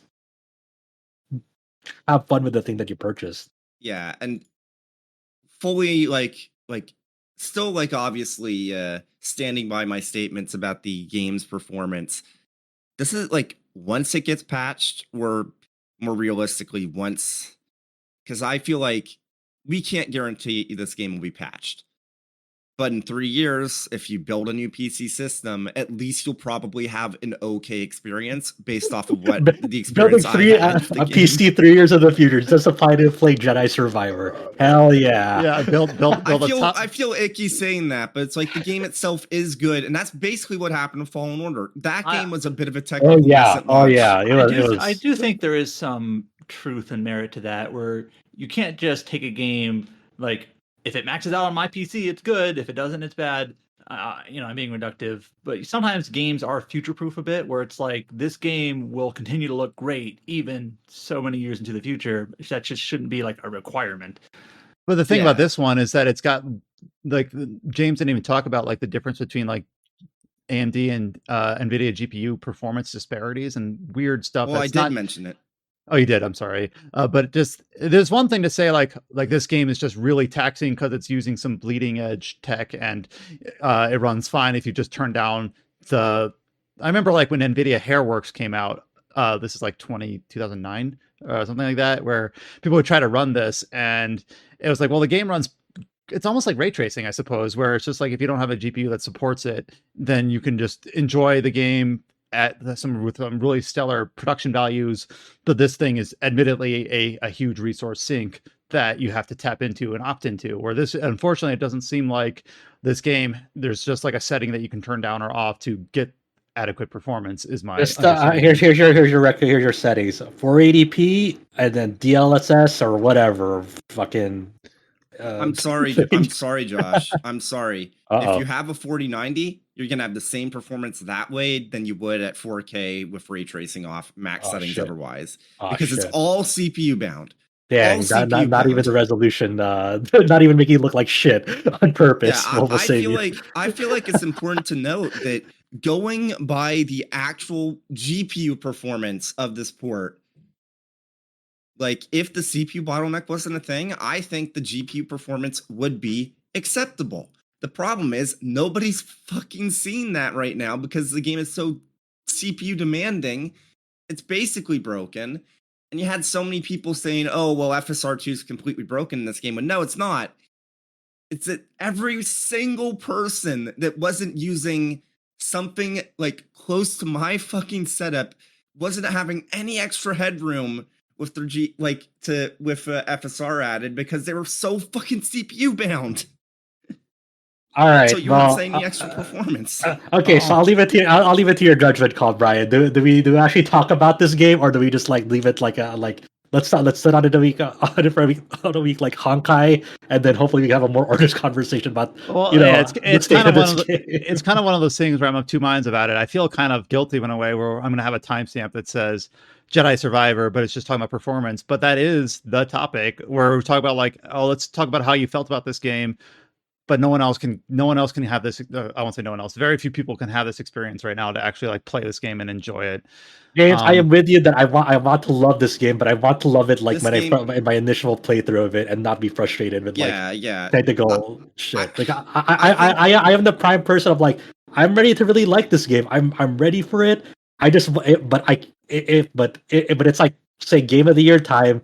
And the only thing I have to say about this game is like it was a fucking mess when I played through it. How can I even like begin to comment on it? And that's even like the weird thing when we walk into the game of the year. It's like this game was great, but at the fucking launch date of it, it was like it's like kind of like a weird like earmark asterisk by it too. Did you play Jedi Survivor in April, or did you play it in August or whatever? Yeah, all I can say is that outside the performance issues, which for the most part I was able to overlook with my specific setup during my specific playthrough of the game.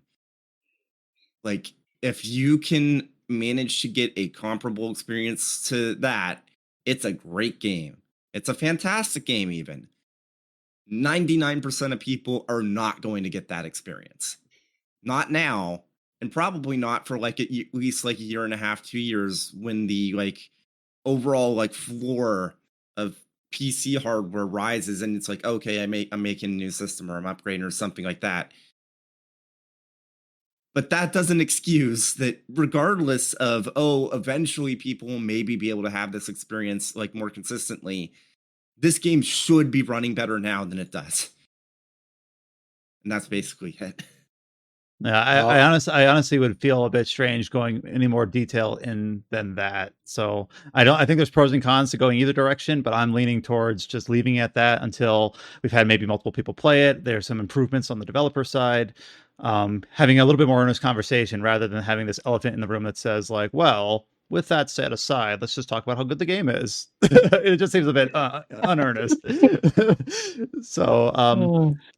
So I think we'll keep it there for now. Maybe I'll regret that decision later, but I have to make a choice. And it seems hopefully you'll get a better conversation out of me and James here, because I want to play this, and when I want to talk about it, I want to like at least talk about the game itself, and like I'm going through it and like really dig into like what's the actual good and bad things on the merits of the game itself, rather than like all this yucky stuff. Yeah, and hopefully the best case scenario would be at whenever that comes to be, something has been addressed where you're like, okay, we can give credit where credit's due. Now we have multiple viewpoints on the game, multiple people playing it and having a good time, and so it feels a little bit more genuine and earnest at that point. Yeah. So hopefully within this week, very soon. Yeah. So setting it aside to hopefully have a happier conversation about it down the road. And then we have one other release this week that we had earmarked for last, and this is one thing that Adam had covered from earlier this month. The game I'm talking about is Trinity Trigger. Are you familiar with Furyu? Yes. Okay, so Furyu is a Japanese publisher of niche RPGs. They're usually not tied in a franchise, but what Furyu does very often is that they will hire a developer, usually different developers, to create a game, and they oftentimes get like key staff from popular franchises, usually older or more dormant franchises, to participate, whether it's art or music or design or story, and then sell the game as, in a sense, like almost like a spiritual successor of some sort. They do this pretty frequently. They did it. Even though Monarch is a different type of game, they advertise a lot of Shin Megami Tensei people on it. Caligula, they had the Persona 2 writer. They had the Suikoden writer on the Alliance Alive, and that also borrows elements from Saga. So they do this a lot. Now, the thing is Furyu is a publisher. They usually get different developers to work on their games. Landcars was the developer on Monarch, but they are not the developer on this game. This game, Trinity Trigger, is developed by Three Rings. Off the top of my head, I don't remember Three Rings. They did some mobile game. Let me see. That doesn't ring a bell to me. Yeah, I mean, it kind of rings a bell, but I'm like, am I? I can't remember. Three Rings is they've been in my head. They did Three Rings. They did a couple of Story of Seasons, I guess. They did Tokyo Ghoul Call to Exist. Oh, that's like was that like a multiplayer type of game thing? I think so. Anyways, so this game, Trinity Trigger, is very, very obviously a mana game. And by that means it's trying to be Secret of Mana. And there's no doubt about it. It's extremely evident. I should probably open this section by saying I'm not a huge fan of Secret of Mana. So why did I review this game? I don't know. No one else wanted to. So this game, Trinity Trigger, is like a mana game. It has the mana composer, Kakuta, on it, and it shares a lot of the similar stylings to it. In that, if you're not familiar, they're action RPGs. They're some of the oldest action RPGs. These ones have a top-down sort of viewpoint, like Secret of Mana and the original Trials of Mana, Seiken Densetsu 3. And they also have let me set it this way.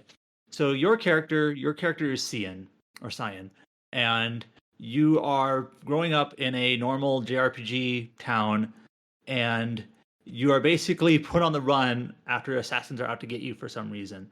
Shortly later, you gain a weapon that is basically like a transforming weapon, and it's actually like a personified character. Then they're called a trigger. You might have seen the art of these. They look like a Pokemon. The reason why they look like Pokemon is they actually have a Pokemon designer on it. Yeah, that's right. Totally forgot about that. And this weapon can change into 8 different forms, which is a very Mana thing, Secret of Mana in particular, where you have various weapon types. Also the original game, Final Fantasy Adventure. And so you're going through the game, you have various weapon types, and key to this game is that different enemies are weak to different weapon types. And that is if I had to say there's one key component to this game that is the central component, it is that you have 8 different weapon types. As you're going through the game, different enemies are weak to different weapons. And if you're using a weapon that an enemy is weak to, you'll be doing hundreds and hundreds of damage. If you use a weapon that is ineffective against an enemy, you'll be doing like single digits. It's a big difference. You pretty much have to use the weapon that an enemy is weak to, or at least neutral to. And the game has a ring menu. If you played Secret of Mana, you know exactly what I mean by ring menu. You hold a button, it pulls up a menu, and it's like a circular concentric ring. And there's one for weapons, there's one for items, and you basically just click the controller in whichever direction of the ring you want to use it, and you use it, or change weapons or whatever. I was not a big fan of this game. In fact, my review might be one of the lowest reviews of the game. The reviews are mixed, but I'm still on the low end. And one of the key reasons for that is that I wasn't a big fan of how this weapon switching worked and how the AI party members worked with it. So this game, you ultimately get 3 characters. You have your character, you're the main character, Cyan. You get a princess type character named Elise, and then like the older guy who likes to get drunk a lot, his name is Xantis. And the characters are not great. To be honest, I kind of forget what they did. But in terms of gameplay, the characters are all practically identical. They can eventually, they start out with different weapons, but eventually any character can wield any weapon. So there's no functional difference between them. But here's kind of the problem I ran into. is that you're playing as your character, whichever one of the three you want to control, because again, it doesn't matter. And you're fighting an enemy, and you realize, oh, the sword I have equipped is weak, is not working very well on this enemy, so I better switch it to a different weapon. Let me try fists, and fists don't work. Let me try axes. Okay, axes work, I'm good. However, my trailing guys are using, like, let's just say Elise, is the AI-controlled unit, is using a bow. It's not working very well. The AI will never change their weapon. They'll just stick with whichever weapon they have equipped, even if it's doing pathetic damage. So what that kind of means is, playing through the game, you have to switch between characters and switch between weapons pretty frequently. You don't have to do it all the time for every enemy, for every like encounter you meet into the game. But in terms of just like being effective at the game, you want to use weapons that are effective against enemies. So relatively frequently, you're going to be using that ring menu a lot to switch characters and to switch their weapons, because they won't switch them on their own. Additionally, this game is an action RPG. You do get sort of like a special attacks you can use, where pretty basic stuff. I won't go into the details, where you do a couple of normal attacks, and as you build up a meter, you can pull off like a super attack. And there's a couple of different forms of this. But your allies, your AI allies, will never do their special attacks. They'll just kind of use their regular attacks. So what that means is I'm also switching between characters to like just make sure they like fire off their stronger attacks, because they won't use them otherwise. And that was kind of like my first big annoyance with the game. You're just switching characters constantly. You're switching weapons constantly. The AI is dumb as bricks. It's honestly one of the dumbest like AIs I've ever encountered. Let's just say, let me paint a picture. Let's just say you are on the left side of a cactus, and your ally is on the right side of a cactus. Your ally wants to come to where you are, so they will run straight into the cactus. Oh yeah. And then they'll get hurt, and they'll be like, oh, I'm hurt. So what do they do then? They run into the cactus again, and again, and again, and they'll keep doing it until you move. They are very, very dumb. There is no pathfinding in this game. This game does support like local multiplayer co-op, but only local, right? Yeah, I actually even said in my review, let me make a clarification on my review and my review score here. I am reviewing this as a single player game. Mm-hmm. If you play this in multiplayer, like you have a friend or family member, brother, sister, parents, daughter, son that you want to play with, it's probably a much better game. You know, obviously any game is improved if you're playing it with friends and family, but also just having two people controlling and being smart players is probably a big advantage versus playing with a computer control. But anyways, I should actually let me clarify one more thing. The final boss of the game, one of the final boss's like signature moves is they kind of zoom across the battlefield and they leave like a streak of poison behind them. Oh boy. And your enemies or your allies will just continue to run into it and just kill themselves. They are extremely dumb. And so that's a frustrating thing. But even just putting aside the AI stupidity, just having to switch between characters and switch between weapons so frequently, it just became like tedious. You don't have to do it every time. And sometimes if you have like one person equipped with a weapon that's effective against the enemies, that you might be okay. But it's still just kind of, you know, you have allies that are trailing you that are just doing pathetic damage and basically being useless. It's just like, okay, I better switch to them and switch their weapons just so they're not being useless. You do this so frequently, it just kind of became annoying. It sounds like it's a bunch of compounding effects where it's like, all right, the weapon's ineffective, so I will have to switch your weapon. Oh, okay, you also have to use your special that you're not going to use on your own, so I have to make sure that you do that. Also, I don't know if it's worth switching because your AI is so dumb anyway, so I don't know if I should even bother. I would literally, like when fighting a boss, after I switch their weapons to be good weapons, like I would do special attack, switch, special attack, switch, special attack, switch, to kind of like cycle through the characters and make sure they do their special attacks. But there's actually another compounding element to this that's also kind of like my second big strike against the game. So the game has an equipment system.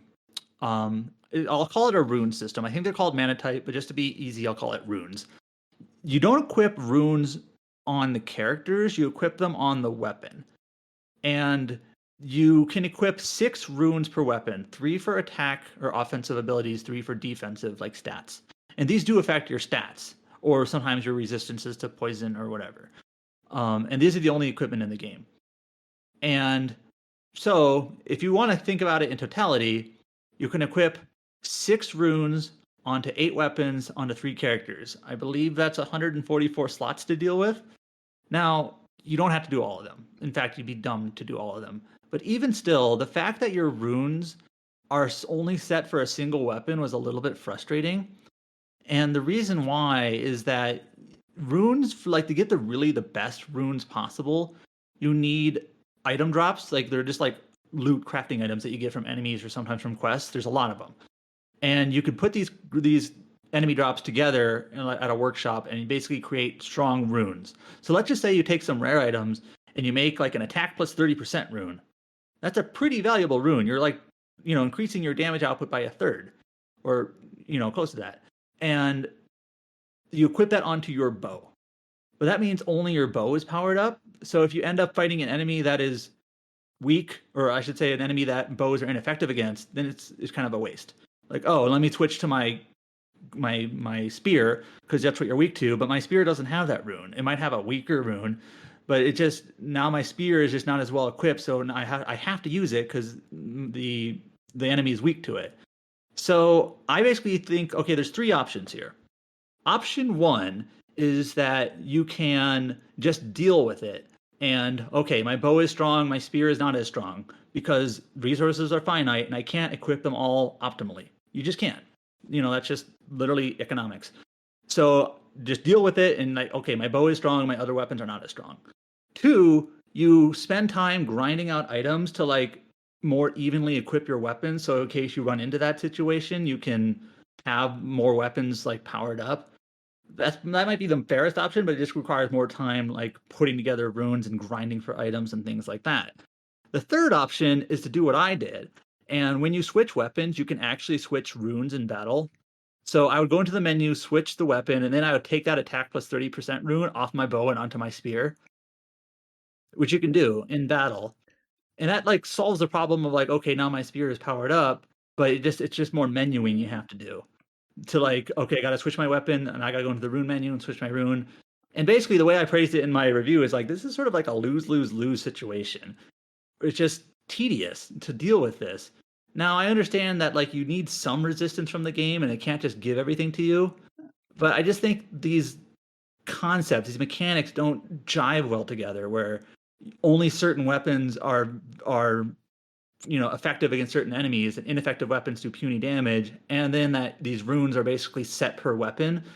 It just kind of like you have like 2 tedious mechanics kind of coming to a head, like mismatching here, and I just didn't care for it at all. Yeah, it's one of those things that like there's modern expectations for like AI teammate party mates these days, and like if you're in 2023 or even when this game released in like maybe last year from Japan or like if you just have like dumb AI, like people just have very little patience for like that sort of. Well, like. I'm not even really talking about the AI. I'm just talking about all this menuing you have to do. Yeah, but that's feeding into like you're menuing to like kind of try sort of like bypassing like the shortcomings of the game like inherently.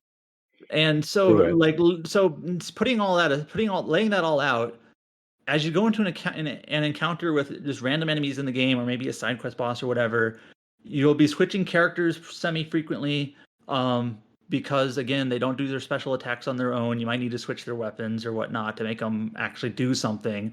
You might need to switch to a character just to get them out of harm's way because they're dumb. And then you might be switching runes around just because, oh, my good runes are on my weapon that is not good against this enemy, so I got to switch them around or just deal with it. And so it just kind of became a mess of just like a bunch of menuing like all the time, and I just that's not really what I was looking for in an action RPG. Let me play devil's advocate here just slightly. Let's say like, okay, I'm gonna let go of my tendency to min-max, and I'm just going to do that option 1, just deal with it. Just like, okay, you're making the choice to go into the menu and change the runes around. What if I just don't do that? Like, how bad is that penalty in terms of you're probably your best, most efficient option is to have each character equipped with a different weapon with strong runes as long as you can on their main weapon. So like, let's just say you have one character with fist, one character with the bow, one character with the spear, and you make that their like primary weapon, and then you equip their strongest runes on them, and then you just hope that the enemies you run across are weak or at least normally like neutral to those weapons, and then at that point maybe you can have like a backup weapon on each character, but then at that point you're just trying to like mitigate like the amount of inconvenience. Like, how can I have this inconvenience be the least? What if you like? I know you like to say that like you like it when games inconvenience you a little bit, but I feel like this is just over the line, where it's just I would have rather just like have runes be like fewer runes in the game and just apply to like the character rather than to a weapon. Like, okay, this character does like is more defensive, this character is more offensive, or something like that, rather than having to deal with it per weapon per character. That was just too much. And especially for this game that's kind of like lighthearted and relatively simple otherwise, it didn't jive with me. So how about the story? And also the story is just whatever. It's not terrible, it's not great, it's just it's there. Can I spoil one small? Okay, this is not really a spoiler, but I literally laughed out loud. Okay. So at the very end of the game, you're fighting the final boss. Final boss is basically like, haha, I am the final boss. Come fight me. And then a female party member or a female character who has long hair, she basically stands up, she takes out a knife, she cuts off her hair for no reason, and she says, witness my resolve. And I literally said to myself out loud, why? Like, why did you do that? You didn't need to. Like, is this teed up at all, like in the game? That's awesome. No, and I know that trope is a trope that you see in other in and can be done well. But like, usually it's like a character is a princess or someone with long hair is like going out on an adventure, and the long hair is like literally like an inconvenience to have that when you're traveling or whatever. So it's like, okay, it makes sense to cut it in a sense here, and it is also a thematic element to it. Sure, I can buy it. But here it's like out of nowhere, she's just like, I'm gonna cut off my hair and literally say, witness my resolve. Like, and I just kind of felt like this empty gesture kind of summarizes the game for me. But yeah, the story is fine. The art is very good. It's Ryza Kazuma, who does very good art. The music is pretty good. It sounds exactly like Secret of Mana. It's the same composer. It's pretty good. So the art is good. The music is pretty good. The game looks like a lost 3DS game. So it's got very simple but stylized graphics. It is no doubt a cheap game just in terms of its presentation, but it works with it well enough to like, okay, you clearly have chibi-ish stylized character models, and that's offset by the fact that you have this really well done portrait art that takes place during dialogue. But it's not a visual powerhouse. No one's expecting it to be, and the story itself is just kind of standard fare. There's some neat concepts. The premise of the game, I should just let you know, is that there's this war between gods, like a chaos god and a law god, or does this sound familiar? But the war has basically become a proxy war. So there's your main character is the avatar of chaos in a sense, and then you meet the avatar of lawfulness or whatever. And then there's some concepts there that are like fine, but overall it's just pretty standard fare stuff. It's, if you played hundreds of RPGs like we have, it's kind of unfortunate. It's like, okay, well, it sounds like most of your hangups are involved the implementation of this 3-character system and their gearing. It doesn't solve all of this, but like, okay, all this stuff about the AI and the cactus and the poison trails, I'll just play with a buddy, but doesn't support online play, only local. Which I know sometimes we're in the opposite place where it doesn't support local, only online, where it's like here it's just like, well, if I wanted to say, okay, Adam, let's just try to give this game a fair shake and play it together. Oh, wait, we can't. We literally just can't unless I go take vacation time to go visit you and play this game. Why do you guys go meet up at your parents' house, your parents' home? Go all right, play together with your brother, other brother, and All right, the next time Adam and I have a get together, we will make sure to earmark time, play Trinity Trigger and local co-op, so that we can give this game as fair of a shake as possible. Yeah, real chance. I do think this game is probably a lot better in multiplayer. Obviously, you're playing with a friend, someone you probably like, and you don't have to worry about what. You don't have to worry about. Someone you probably like. I don't know. them running into poison or cactuses or needles or whatever. I'll make sure to run into the cactus and go to the poison if we play local multi. It is seriously some of the dumbest. I'm gonna exhibit real NPC behavior. I should have made a GIF of like the guy of one of your allies just repeatedly running into poison, like touching a hot stove and touching it again. Does this still hurt? Yes. Ow. Heal me, please. Well, that's unfortunate. Yeah. Well, at least Xenoblade 3 is still good. Let's play that local co-op, huh? That's what I thought. Trinity Trigger 1, Xenoblade 0. Well, with that, that kind of covers us based on the flow of conversation and the fact that Chow couldn't make it this week with the games we've been playing.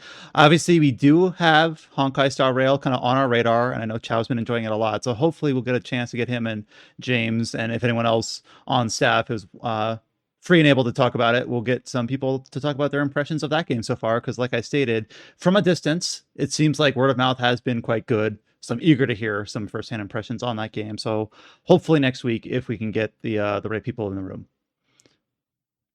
With that, we'll move on to shouting out a few features on the site and going into the news slate for the week, which is there's a lot of headlines here. A lot of it is kind of backfilling the back half of the calendar with some release dates and a couple delays, a couple sales updates, and a few more major updates that we'll go into near the top here. Going into feature releases on the site, write-ups that we have on rpgsite.net, some of these we've kind of already teed up. For instance, Adam has a written review for Trinity Trigger. If you want to hear his thoughts in writing about what you just heard on the podcast, you can go and read his Trinity Trigger review. Adam also, this last week, wrote up a review for the PC port of Live Alive. We didn't earmark time to talk about Live Alive specifically for the PC port because I think the rest of us had kind of talked about it back when it released last year. Adam, I do know you had basically one major thesis for having to write up a review on the PC port of this game. I didn't really have a thesis. I kind of said it in the review. I'm just like, Square Enix, just release your games at all platforms at the same time. Just do it. No more staggering. No, that basically was your thesis. Though, being genuine, I think Nintendo had some sort of role in the creation of the game, why it was remaked in the first place. So I get it, but I also get that it's frustrating when you go to review the game and you're like, "Yep, this game runs fine on PC. It's the same game that released on Switch last year." Generally speaking, though, I really like the game. I've always been a fan of this more like chapter-based individual vignette tile storytelling. I've mentioned that several times on this podcast, and this is obviously similar to that. All comes together at the end in a fun little kind of combination. The game's not very long. I think I beat it. Also did all the extra achievement things in 27 hours, which is long for an average game, but not long for an RPG. So relatively short for the genre. Really enjoyable. I think the HD 2D style has come a long way. I haven't played Octopath Traveler 2 yet, but this game looks pretty nice in that style. Now, I also said in my review, I like it when these sorts of things happen, when a long lost unlocalized game gets a second chance with a localization worldwide. And Square Enix has a handful of other games, or Square or Enix has a handful of other games that I know they're probably not as popular as Live Alive, so they're probably harder sells. But I know Chow is saying they should bring what is it, Treasure of the Rudras? Yeah. Or I said Bahamut Lagoon. Similar era games, probably not as popular, but what was the driving RPG they had? I forgot the name of that game off the top of my head. It was a car racing game, but it was an RPG as well. Isn't that just Racing Lagoon? Is it Racing Lagoon? But that's one of the ones I wish that got official localization. If you had played Live Alive last year, Adam, would you have pushed for it in the? Yeah. Did it make our top 10 or top 5? Top 10, I believe. Yeah. Okay, but yeah, definitely for sure. And it's always kind of nice when, and I've stated this probably about Live Alive last year, when you have this game that was kind of trust me, it's good. You just got to play a fan patch, and it comes out officially, and it genuinely is good. People weren't full of hot air. Nope, people knew what they were talking about. This game is really pretty damn great. And then we also have a few more features up on the site from before we move on, I just have to say, I mean, we know that we went on about, it's nice when Square Enix like does this, like, they come back and localize long lost classics. I just want to say, like, knowing what we know now, because the Portopia, remake came out last weekend, and that has just been a colossal failure in terms of like their whole natural language processing experiment for that game has fucking fallen in shambles, in a very, very terrible way, where like it's like the text inputs are much stricter than the original fucking release 40 years ago or whatever. It has just been like, we'll just move on from that. And just say, like, I really wanted to try this out and like really wanted to like what they were going for, and it's just been everything I've heard. I still have it installed, and maybe I'll just uninstall it and just save myself the hassle. It's just been bad all around. And so as far as AI goes, I think this was this use of AI is not creating anything. It's not creating art. It's not creating, like a story or text or whatever. I guess in a way it's creating text, but really the most thing, it was like supposed to be understanding inputs. Yeah. Through natural language processing, which seemed like, for a game that used a text parser in the past, that this would be like a natural fit to try modern tech on it. But yeah, just the implementation, the execution just clearly was not there, like by a long shot. If I remember correctly, at least at some point, this game was like literally in the top like 1% or less of like worst reviewed games on Steam like ever. I feel bad because last week we were like we recorded our podcast last week, like the day before it released, and we're like, yeah, it's got fun promise. The principle seems interesting, and then like the concept is okay. Yeah, the concept that like seems neat. It's just like the execution is just like a fucking blazing trail of hot mess. I like some of the comments that Adam was sharing in our staff chat, or these are from certain other people, just friends of the site that have played the game, where it's like very unimpressed. I'm actually somewhat flummoxed what a bad job this is, or like, wow, this is dreadful. So apparently still some work to be done on implementing if they ever touch it again, I guess. Unfortunate. But yeah, no, good shout, Josh, to catch up on that here while we're talking about Square Enix. Especially since we had mentioned it last week and didn't want to leave it hanging. So a few other features that are up on the site. There's a few here that are authored by James. He did write up a formal review on Jedi Survivor. Of course, we kind of already touched on that, and hopefully we'll get a better chance to revisit that once some of the issues are addressed. And James also has put up some more features on Monster Hunter Rise Sunbreak.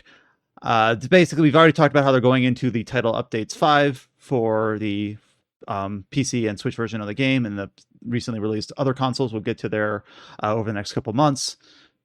And we also have a feature up on the site from Paul talking about the Saga series, where, of course, we are only a few months removed from the remaster of Minstrel Song, which, of course, Adam thought very highly of, and I know other people here have wanted to make time for, myself included. But hopefully, like, looking at, like, we know they're working on a new game. We know they're continuing to kind of work on remasters for that game. And Paul is basically saying, like, obviously, Saga Frontier was re-released a few years ago. Just musing about, what he'd like to see next. Saga Frontier 2. And when are we going to see it? And what do we hope to see from it? So Adam, have you played Frontier 2 or no? I have not. Has anyone here played it? Or what? Saga Frontier 2? Yeah. Oh, yeah. Like, I'm sure Chow has. Yeah. But, yeah, it's a really, really good game. Well, what games do they have left to re-release? It's Frontier 2 and Unlimited Saga. Is that kind of where we're at?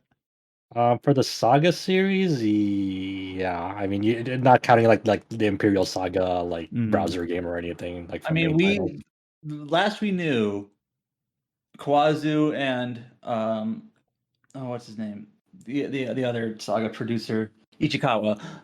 They basically said, this is before Minstrel Song released. They were like, we can do Romancing Saga 1 remaster, right? With Minstrel Song. We can do a Saga Frontier remaster. And we can do a Unlimited Saga remaster, and we are making a new game. So and they've been relatively coming out with a new remaster every year to year and a half or so, because they've already released Romancing Saga 2, 3, Saga Frontier. The original Game Boy trilogy even got a re-release, and now Minstrel Song. So I think maybe in 2024, maybe not this year, since Minstrel Song released only a few months ago, but maybe in 2024 they'll Saga Frontier 2 I think is definitely a very real possibility, like a 30% chance at least. So it's either that Unlimited Saga or a new game, really. There's like those are the three options. Mm-hmm. So, or they'll do the misdirection option and do a remaster of Romancing Saga 1 Super Famicom version. Dude, that'd be crazy. I'd play it. They'll just surprise you, like just randomly do an HD 2D version of Unlimited Saga or something. It's like, wait, what? Just what we all been asking for. All right, with that, we'll go into the rest of the news. Like I said, most of these are release dates or sales updates, but we did get some very interesting new footage for the upcoming Ys 10 Nordics. I always say that Nordiques. like I'm Canadian. I did that last time too. Damn it! I'm just gonna do that. You also say THQ Nordic when it's THQ Nordic. Why do I keep saying Nordique? I don't know. Honorary Canadian here. Chow would be proud. But anyways, we've obviously talked about this game in a few times since it's been announced for Japanese release later this year. We learned a few months ago about the dual character system. We learned just 2 weeks ago, or was it even last week, about the mana actions, about how those kind of take place of the field actions of the previous games. Falcom had a live stream presentation of the game last week. It was something, Adam, correct me if I'm wrong here, it was something like an hour and a half long presentation where... Well, most of it was for the memories or the memoir. The Celceta remaster. Or not Celceta. Felghana. Oath and Felghana. So it was mostly for that, because that game just released. It's like promoting, like, we just released this in Japan. But they're like, hey, while we're here, let's show Ys 10. And they did. And I think we even mentioned on a previous podcast, Falcom is really weird in how they when they show footage of their games. This game has not gotten a trailer yet, has it? Not like an official one, really. No, like this is their first gameplay for it. And like we say, they usually the first gameplay for their game shows up sometimes in like a commercial or something like this, or just kind of like, let's just stream a part of it. Like, it hasn't had a trailer. Like, it's just been announced with screenshots and art. So this is our very first look at what it looks like in motion. And yeah, spoilers, it looks like a Ys game. I mean, I'm not saying that disparagingly, it does. Yes, so you have the two characters, and that's it. You have two characters. You can switch between them at any time. You can do combos between the two. There's we've mentioned in the past, there's two different modes where you like control one character and then your other character is kind of controlled kind of like automatically through AI. Or you have like a mode where you kind of control both simultaneously. You kind of switch between them, at will. So there's like these two different play modes that you can do, and you can switch between characters or switch between modes. And it all seems pretty fluid. It looks pretty cool. I know Josh had pointed out one of the abilities is that Karja, who is the female protagonist of the game, can like fling Adel across the battlefield. Yeah, and not only that, but he leaves like a flaming crater where he lands. And one nice thing I will make sure to call out here is that initially these were like little snippets of footage interspersed throughout the stream event, but Adam went ahead and kind of compiled them all together into like a single like montage that he put up on our YouTube channel, and it's also attached to our news post covering the fact that this is our first footage of Ys 10. So thank you, Adam, to putting that all together. Once it's all put together, it's about 8 minutes of footage of the game. They also did the Valkyrie Elysium thing where you can just like grapple onto enemies and like go fling yourself towards them, which is cool. I like that. I like that system. There's also naval battles, which finally a Black Flag sequel. Yeah, I did see a couple people mention Assassin's Creed. It's different. Like, it looks like a naval battle game. I don't know how it's hard to know like how significant of a portion of the game this is or not. But it's I definitely trust Adolf to commandeer ships. Yeah. Yep. For sure. my memory is shot, but I'm like, I don't know if this is a valid comparison at all, but I think of like Pirates World in Kingdom Hearts 3. The ship stuff there. I love how there was outright a tweet from Falcom saying don't get on the same ship as at all. Nice. I mean, there's no one else on that ship in that footage. It's only Adol himself somehow just taking control of the entire ship by himself. Yeah, I'm sure those ships really only require one person to run. Adol's just really talented. But I mean, it looks great in motion. I mean, I was waiting to see this, and it looks really, really nice. Like just fluid in motion, just like switching in between modes.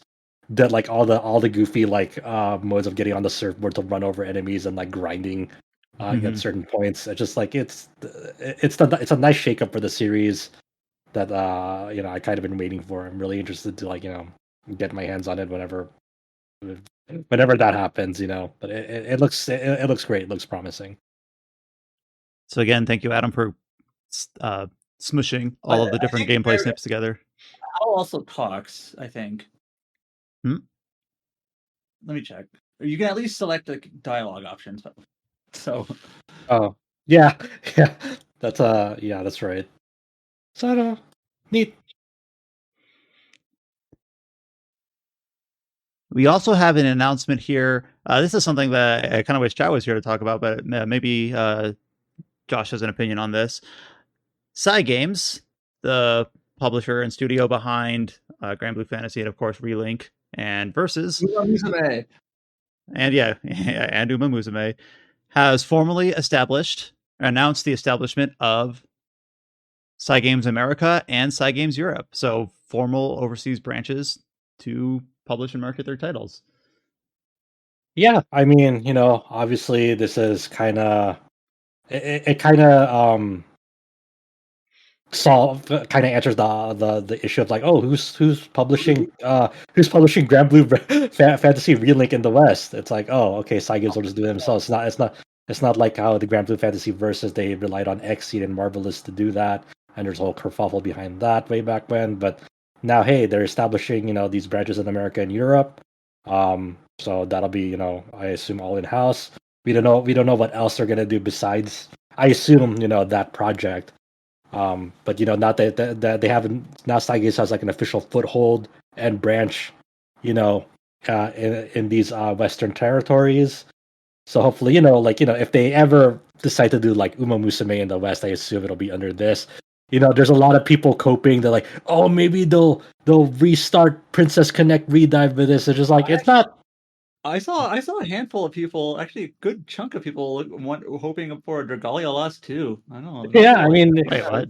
I mean, that'd be. I mean, if they were, I'd have to assume if they were like any like future endeavors to like officially release Cygames mobile games in the West, like it would be under these branches now instead of like relying on third-party publishers, whether it be Nintendo with Dragalia or Crunchyroll games with Princess Connect. No, I highly go for it.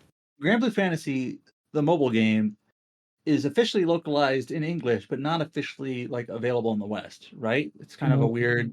Yeah, it shares the same client as the Japanese version, where like it's just like the English like is like a selectable option in there. Right. It was primarily in the beginning for Southeast Asia, but you can you can access it globally.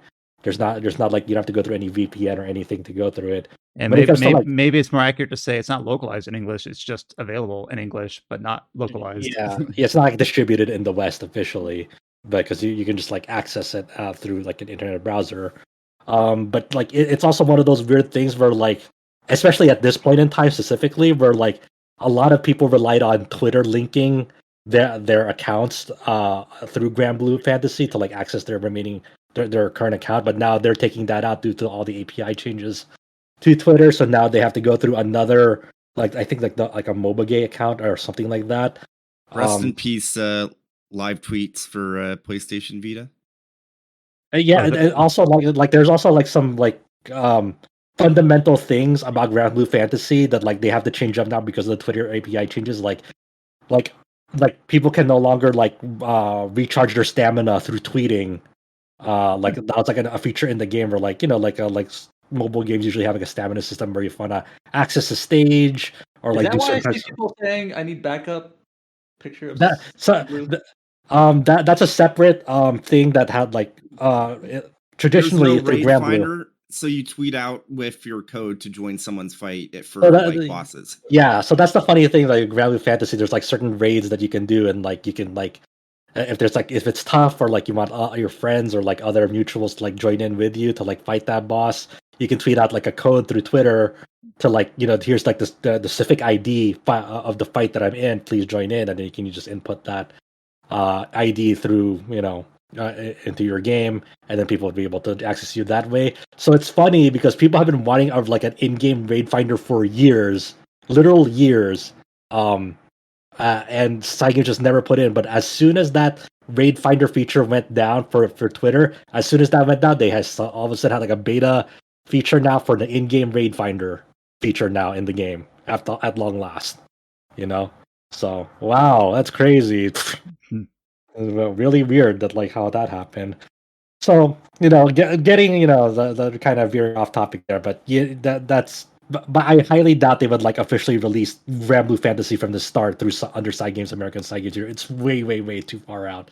Because like starting that game from the very beginning in the West is just like gonna be brutal. I highly doubt that they would restart Princess Connect under these Western branches, like because it'd be already too far out from how it already is. And there's already way too much like burnt like will. Obviously, it's not like as simple as like, oh, we'll restart the game from the very beginning. It's like that's not a great option. And it's also not a great option if they were like to take legacy accounts from Crunchyroll games under Cygames America and Cygames Europe, like for the English version, because like people like me is like have already like we haven't, as soon as that end of service notice went up for the English version of that game, I was like, I'm just cutting all ties. I'm like, there's no point in me logging in. There's no point in me doing this and that because none of my like there's nothing left. And if they were to like at the last second, the last minute say, oh, we're gonna keep this game running, it's like I've already like kind of emotionally like detached myself from that game, and I already lost like too much progress in that time frame that I just don't feel like going back.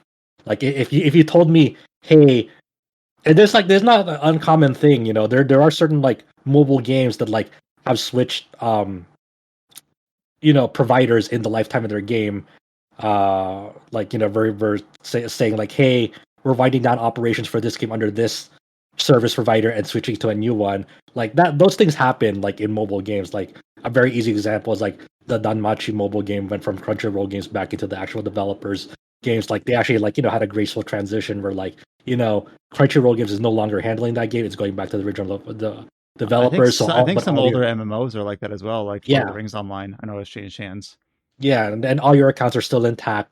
So like if they there are graceful transitions like that, but they make it up clear and upfront. If they were to do a last minute thing, like, oh, we're doing that for like Crunchyroll games to Cygames America, for example, it's like for if you didn't like announce that from the get go when did that end of service notice from Crunchyroll games, then like there's no I wouldn't be in the mood to like come back to it because you weren't being upfront and honest with your player base then too on that front. It's already just been too much time. So I highly doubt that's the case too. So I think they're just gonna start fresh with like new game localizations if they're gonna go down this route. So like potentially Uma Musume, if they were gonna go that route. Obviously Granblue Relink feels like this is kind of like the first major project I'd have to imagine for Cygames America and Cygames Europe in terms of like publishing and distribution in the West. That makes sense in my head. I think the interesting thing about this whole process is like the CEOs of these branches. Like for Cygames America, you have Motohiro Okubo, who was actually was previously at Bandai Namco, and he was like the main producer for like Soul Calibur 6 and was a producer for Tekken 7. So we several months ago we heard him depart Bandai Namco Entertainment. We didn't know exactly where he was going, so it's like, oh, okay, he's the CEO of Cygames America, so that's his next endeavor. And then for the managing director for Cygames Europe, we have Hiroaki Ochiai. And he was did promotion for Little Noah. He also worked with as a promotion on Scarlet Nexus at Bandai Namco's Asia Business Division. So they have a bit of legacy, Bandai Namco legacy and talent to head up these new studio branches. Yeah, so it sounds like it's a good mix of having the Cygames history, but also having experience working with other orgs that have the local branches to release games across different regions and things like that.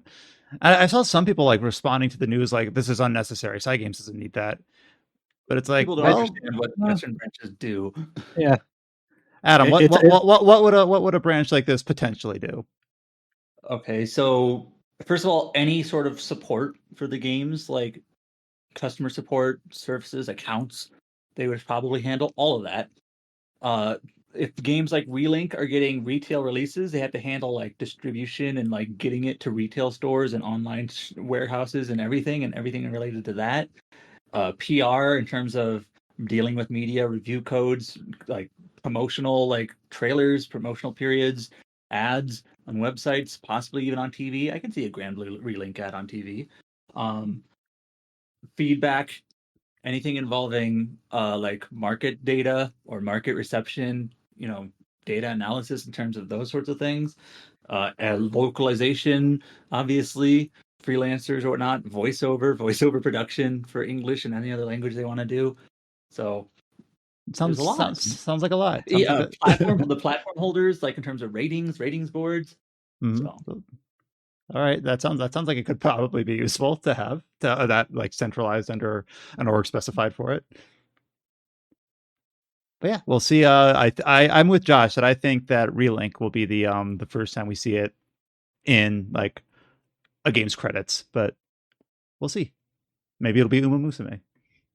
Wrapping up some of the news here, we're going to start out with some sales updates. Some of these are kind of expected. Actually, all of these, I think, I don't read any of these headlines, and I'm not surprised by any of them.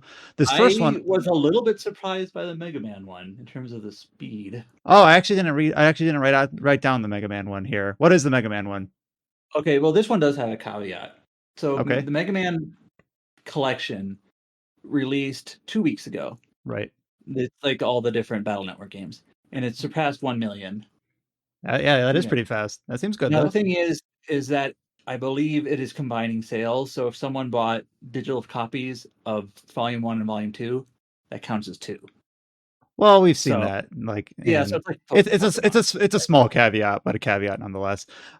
This next one is one that I think is actually really promising, and that is Atelier Ryza 3 has sold 300,000 copies worldwide, digital and physical sales. And to me, that's like that game released about a month ago exactly. Third game in a series, still hitting 300,000 pretty quickly. To me, I don't know what their expectations were, but from my Greenhorn perspective, that seems like pretty remarkable and quite good. Yeah, and we recently learned that the first 2 games hit 1.6 million. So as a trilogy, they're basically at the doorstep of 2 million. Mm-hmm. Any day now, we'll probably get that PR. For Ryza 1 million or what? Oh no, all 3 is.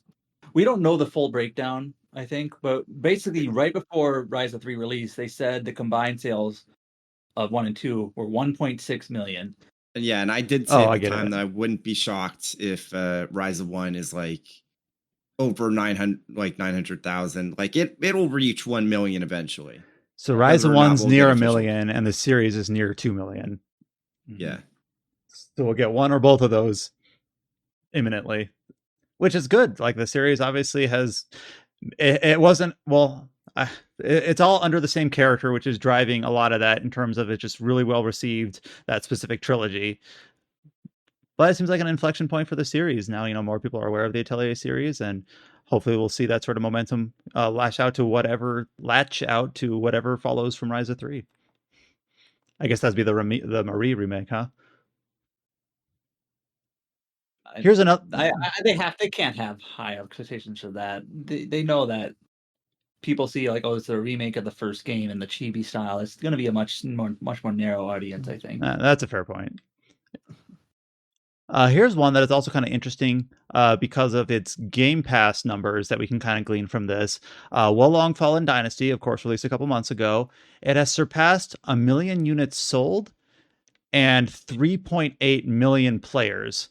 So with that, you can kind of glean, based on the fact that it was on Game Pass, roughly what percentage of people who have played that game played it through the subscription service rather than through purchasing the game. That's higher than I would have expected. Yeah, so like almost 3 million Game Pass players. Yeah, so like 1 out of every 4 people on that game purchased to play it, and 3 out of every 4 played on a subscription. Am I parsing that correctly? Yeah, and I was wondering, like, does this include demos? But the wording of the press release just says Xbox console and PC Game Pass. So, damn. So it's crazy. Yeah, that's a lot.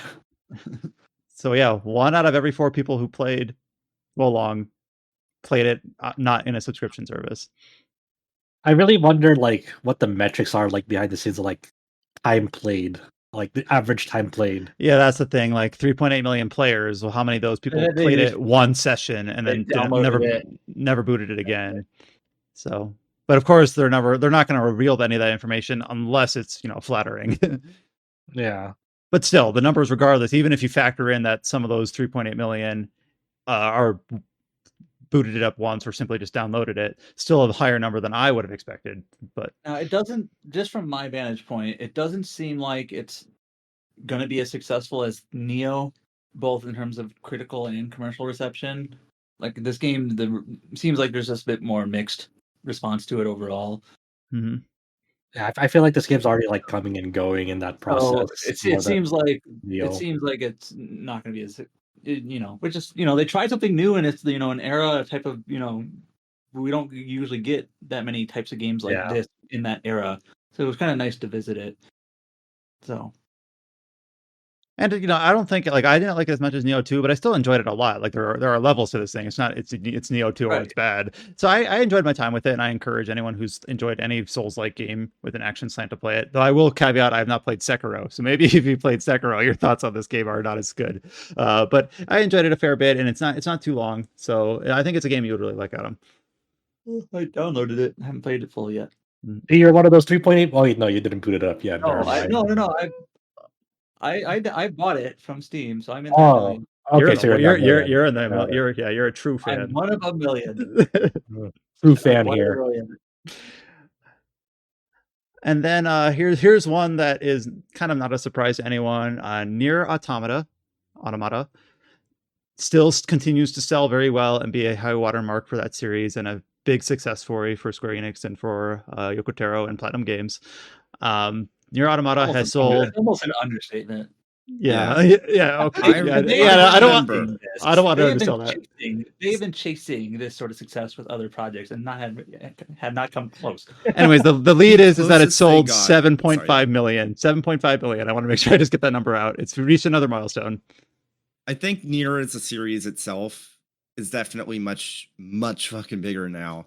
Because even Replicant sold over 1 million copies and was well received. So I think it's very clear that whatever the next NieR entry is just straight up going to be AAA, which is wild. Yeah. Whenever it happens, they still have Yoko Taro doing some. I mean, there's a Yoko Taro release this week. Yeah. I still remember the E3 that Square Enix announced that during one of their streams. I was in the press room in the LA Convention Center, and I popped off when it got revealed, and I was the only person in that press room that popped off, and I got looks. I actually remember we had heard that NieR was getting a sequel beforehand in our staff chat, and I've said this before. We're like, really? Yeah. That's weird. And we're also like, well, who's making it? Because Cavia is dead. Mm-hmm. We actually didn't know it was Platinum Games until it was announced, and we're like, oh, okay. Yeah, I was like, that's really weird, but that's really exciting. Talking about it on the podcast. At that point, I actually had not played NieR yet when it released, and I did. But I played NieR shortly after Automata was announced. I was like, I really liked NieR, but I was like, I don't know if people will.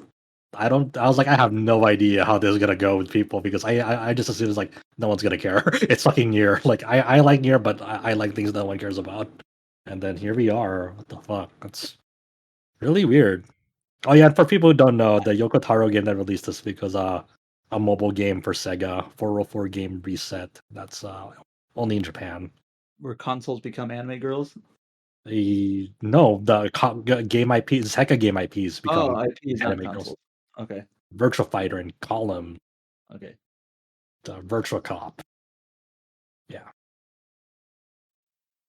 With that, we'll go into some release dates. There's a handful of these that are some release dates, some release windows, and I think at least one delay in here as we go and wrap out through the end of the podcast and line up where things are landing for the end of the year. Action RPG from India studio Orion Games.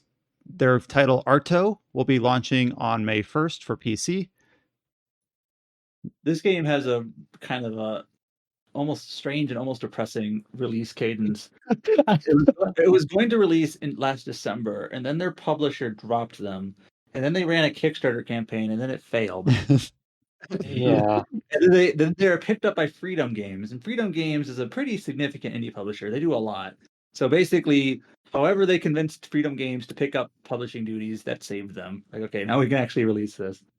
Yep. So I have no idea if it'll be any good, but they're finally getting it out. Well, it sounds like there's a bit of a success story just getting to the finish line. Then, right? Yeah, they are releasing their game next week, May 1st, within a couple of days of us recording this podcast. So, congrats to them, and hopefully the feedback's good. This is Arto. It's like a action RPG where you like fight with color. Kind of weird. Oh, that's interesting premise. Recently released on PC as of a couple of days ago is Cassette Beasts, and it'll also be releasing on consoles, Nintendo Switch, Xbox Series, Xbox One, on May 25th. This game has gotten really good reception on PC. Yeah, like some people are saying it's like a strong, like one of probably the strongest indie game this year, at least, and possibly a game of the year contender. Oh, I mean that's really strong. That's really strong for a year that had like Pizza Tower, which I know a bunch of people love that. I mean, just at this trailer. Oh yeah, like even just from the trailer, I can see why this. It's like it's a Pokemon like with like a 90s aesthetic and music. I think. I don't know much about its gimmicks otherwise. It has an 84 Metascore, which is pretty good. 84 on PC. Steam is 95% positive, which I think is 1% away from being overwhelmingly positive. So yeah. Mm-hmm. Okay, well, it's on my radar now. I don't know if I'll be able to make time for it, but definitely on my radar. So yeah, Cassette Beasts available on PC and coming out next month on Switch and Xbox. Coming in June, we have an announcement of Phantasy Star Online 2 New Genesis version 2. So, as the resident New Genesis player here, I'm like, all right, let me look at this. And because I didn't realize they were coming out with a version 2. What does this even mean? And I looked at this trailer and I'm like, I am confused as to why they're calling this version 2 or even giving it like a title at all. This is a good sign. Yeah, so New Genesis is not very good, but I continue to play it because I have issues. But this trailer for version 2, it basically details, I'm going to try to be charitable here. It details two things. It details a big expansion to what they're calling creative space, which is like a combination of like player housing plus, if you've ever played like Fallout 4 or Fallout 76, like the base building aspect of that, where you can kind of like build a space. You got a set of tools. You can create puzzle rooms, things like that. You can also like have your housing where you can like show off your achievements and things like that. And that seems like genuinely interesting. Like, okay, that seems neat. Like a lot of more social online games have that sort of aspect to it. And then they also detailed new graphic options where you can make the game look more cel shaded, which I don't know if the result there looks very good, because some of the demos that they show I don't think looks that great. And as far as I could tell, unless they've got something snuck away in like a press release that I didn't see or whatever, but that was kind of it. It was like this expansion to this creative space, these new graphics updates, but that's kind of it. So like, why is this worthy of being called version 2? I'm as someone who plays the game fairly regularly, I'm sitting here kind of confused. Like what am I looking forward to? I guess creative space could be interesting, but I'm not that excited about it. I don't think the cel shading looks that good. So, But coming out on June 7th, maybe they'll package something with it that'll be surprising. I'll keep you guys up to date. I probably shouldn't say this on a podcast on the record, But we actually regularly get invites from the PR people to like get early access to this stuff, but we never respond. No, Mostly because we just don't have time. Too busy with other things. We have a delay for a game that is releasing this year in Japan and is slated for this fall in the West, and that is for Crymachina. This is a follow-up to Crystar that was announced earlier this year. To be clear, we actually don't know how. Yeah, we're just sort of all assuming that it is, and I'm not trying to correct you. It's just kind of like the art style is similar, the title is similar, the gameplay is maybe similar, and it's just kind of like all. I don't know. Okay. Well, it's just it's weird. It seems like it should be a follow up, but maybe not. The only way to find out is for someone to sit down, play Crystar, and then play Crymachina, and then report back. Play Crystar, then like go through all the pre-release footage of Crymachina, see what you see, if there's any sort of teases or calls or similar vibes. So yeah, this game was originally announced only 2 months ago, and it's slated to come in fall for the West. It was originally supposed to release in Japan on July 6th. It's been delayed to the end of the month, July 27th. So a short delay for the Japan release. I feel like these sorts of delays for Japanese releases are not that uncommon, or they're just like have to delay it 2 weeks.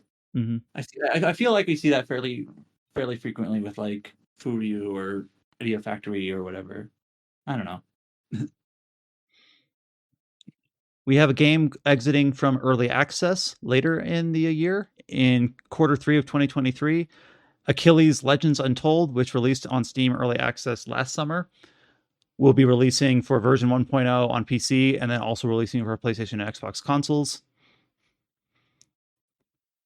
We also have releasing for PC later this year in the fall, Mary Skelter Finale. This released for consoles, Switch and PlayStation 4 in late 2021. This one is interesting because the previous ports for Mary Skelter were handled by Ghostlight, who they often do ports for Compile Heart and Idea Factory. But this one is actually just straight up Idea Factory doing the port, not Ghostlight. Like functionally, you may not even notice or care, but it's just kind of like, oh, that's interesting. It's a different publisher, different development or port house. I have a few friends who were looking forward to finally getting this released on PC. This was the series that had a weird thing where like they released the first game, then the second game came out, but then there's like a remake of the first game in the second game as well. That's like apparently, yeah. You want to? It's something like you want to play the second game before the first game or something. There's some weird like argument about which order you should play the games. Go either Google it or ask your local Mary Skelter Finale friend expert to explain it to you. I'm not that person. Also this fall, we got a localization announcement for an Experience RPG that released a couple of years ago. This is Mon-Yu. They actually already announced it. We already knew it was getting localized. We just didn't know the window. Right. Yep. And the window is it's still very nebulous. Fall 2023 for Mon-Yu. Yep. So went from TBD to by the end of the year, basically. Yeah. So Mon-Yu released in Japan in July 2021, and it will be releasing on PlayStation 5, Switch, and PC this year in the West by the end of the year. Adam, I know you've played a few of the other Experience games, and I don't know like if you're interested in the premise of this one or not really because of its light novel full title. This one has like a different sort of structure, I believe, in terms of like most dungeon crawlers, you're crawling dungeons, right? That's pretty evident. That checks out.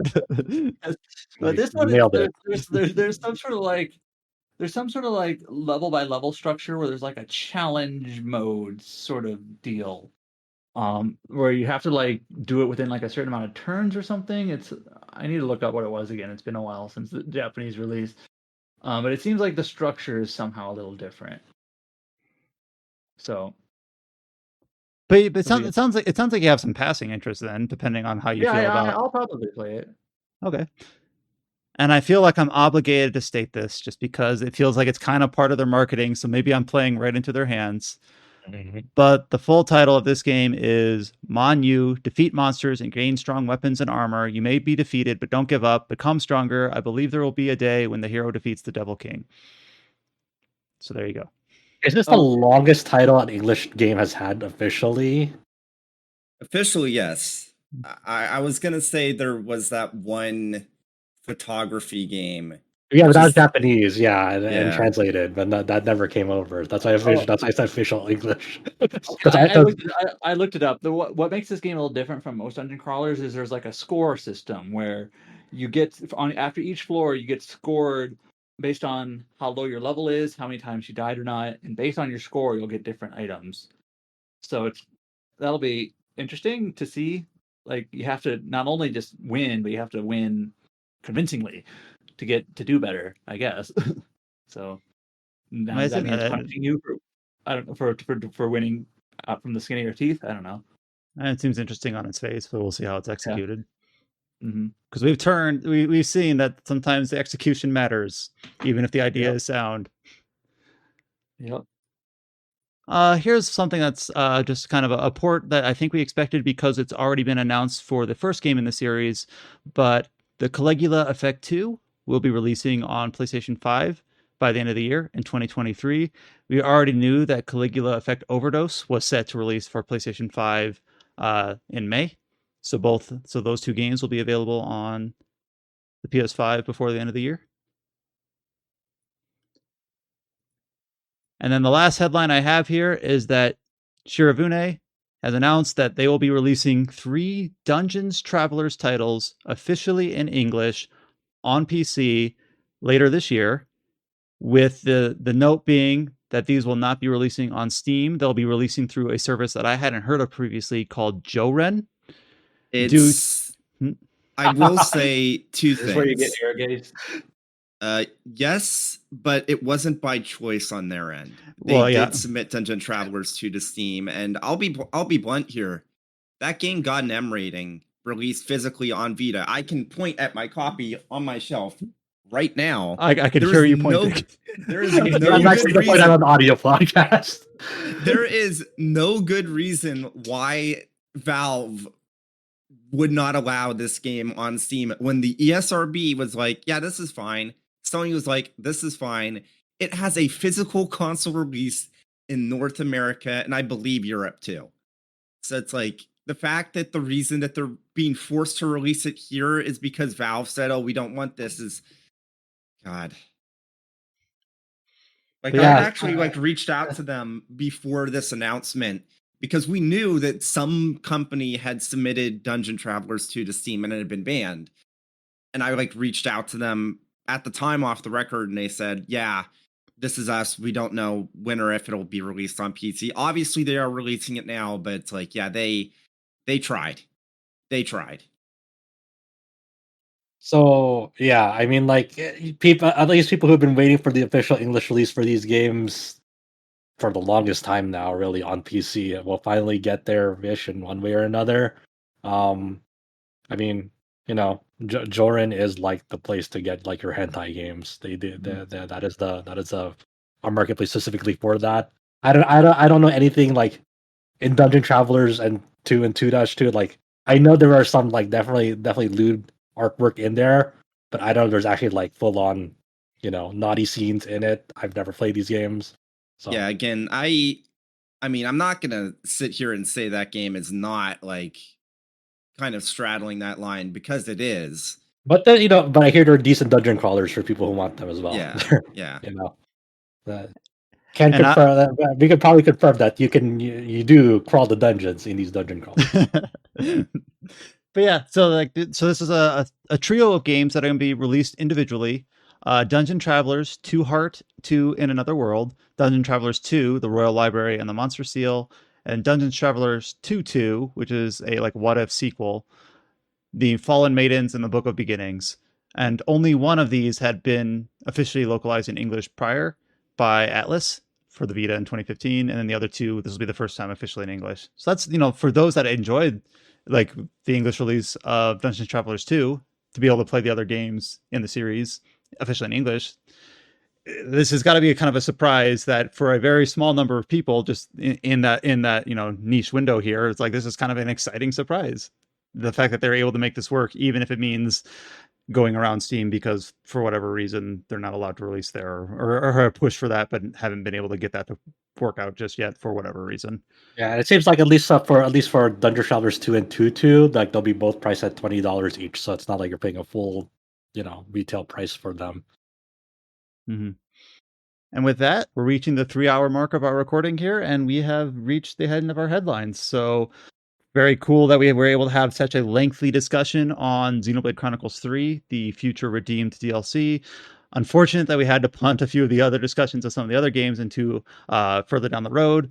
But hopefully we'll be able to get Chow on board to be able to talk about Honkai Star Rail. Obviously that game, if it has any legs at all relative to Genshin, will be something that'll be kind of in vogue for a good while going forward. Hopefully we'll be able to talk about Jedi Survivor outside of its performance issues at some point down the road as well. And then, of course, as we've stated a few times prior, we're coming into the summer months where there's a lot of big releases just around the corner. So looking forward to spending a significant amount of time on those as well. And heck, depending on how the Future Redeemed DLC ends, we might find that we absolutely have to talk about that next week in addition to everything else. You can find RPG Site on all the social media platforms. You can search for RPG Site on YouTube, Facebook, Twitter, and Instagram. And on our YouTube page, that's where Adam has put up the new snippets of the East 10 footage. So go ahead and give that a look at, because Adam was able to get that all for you, so you don't have to click through timestamps of a 1 hour long stream.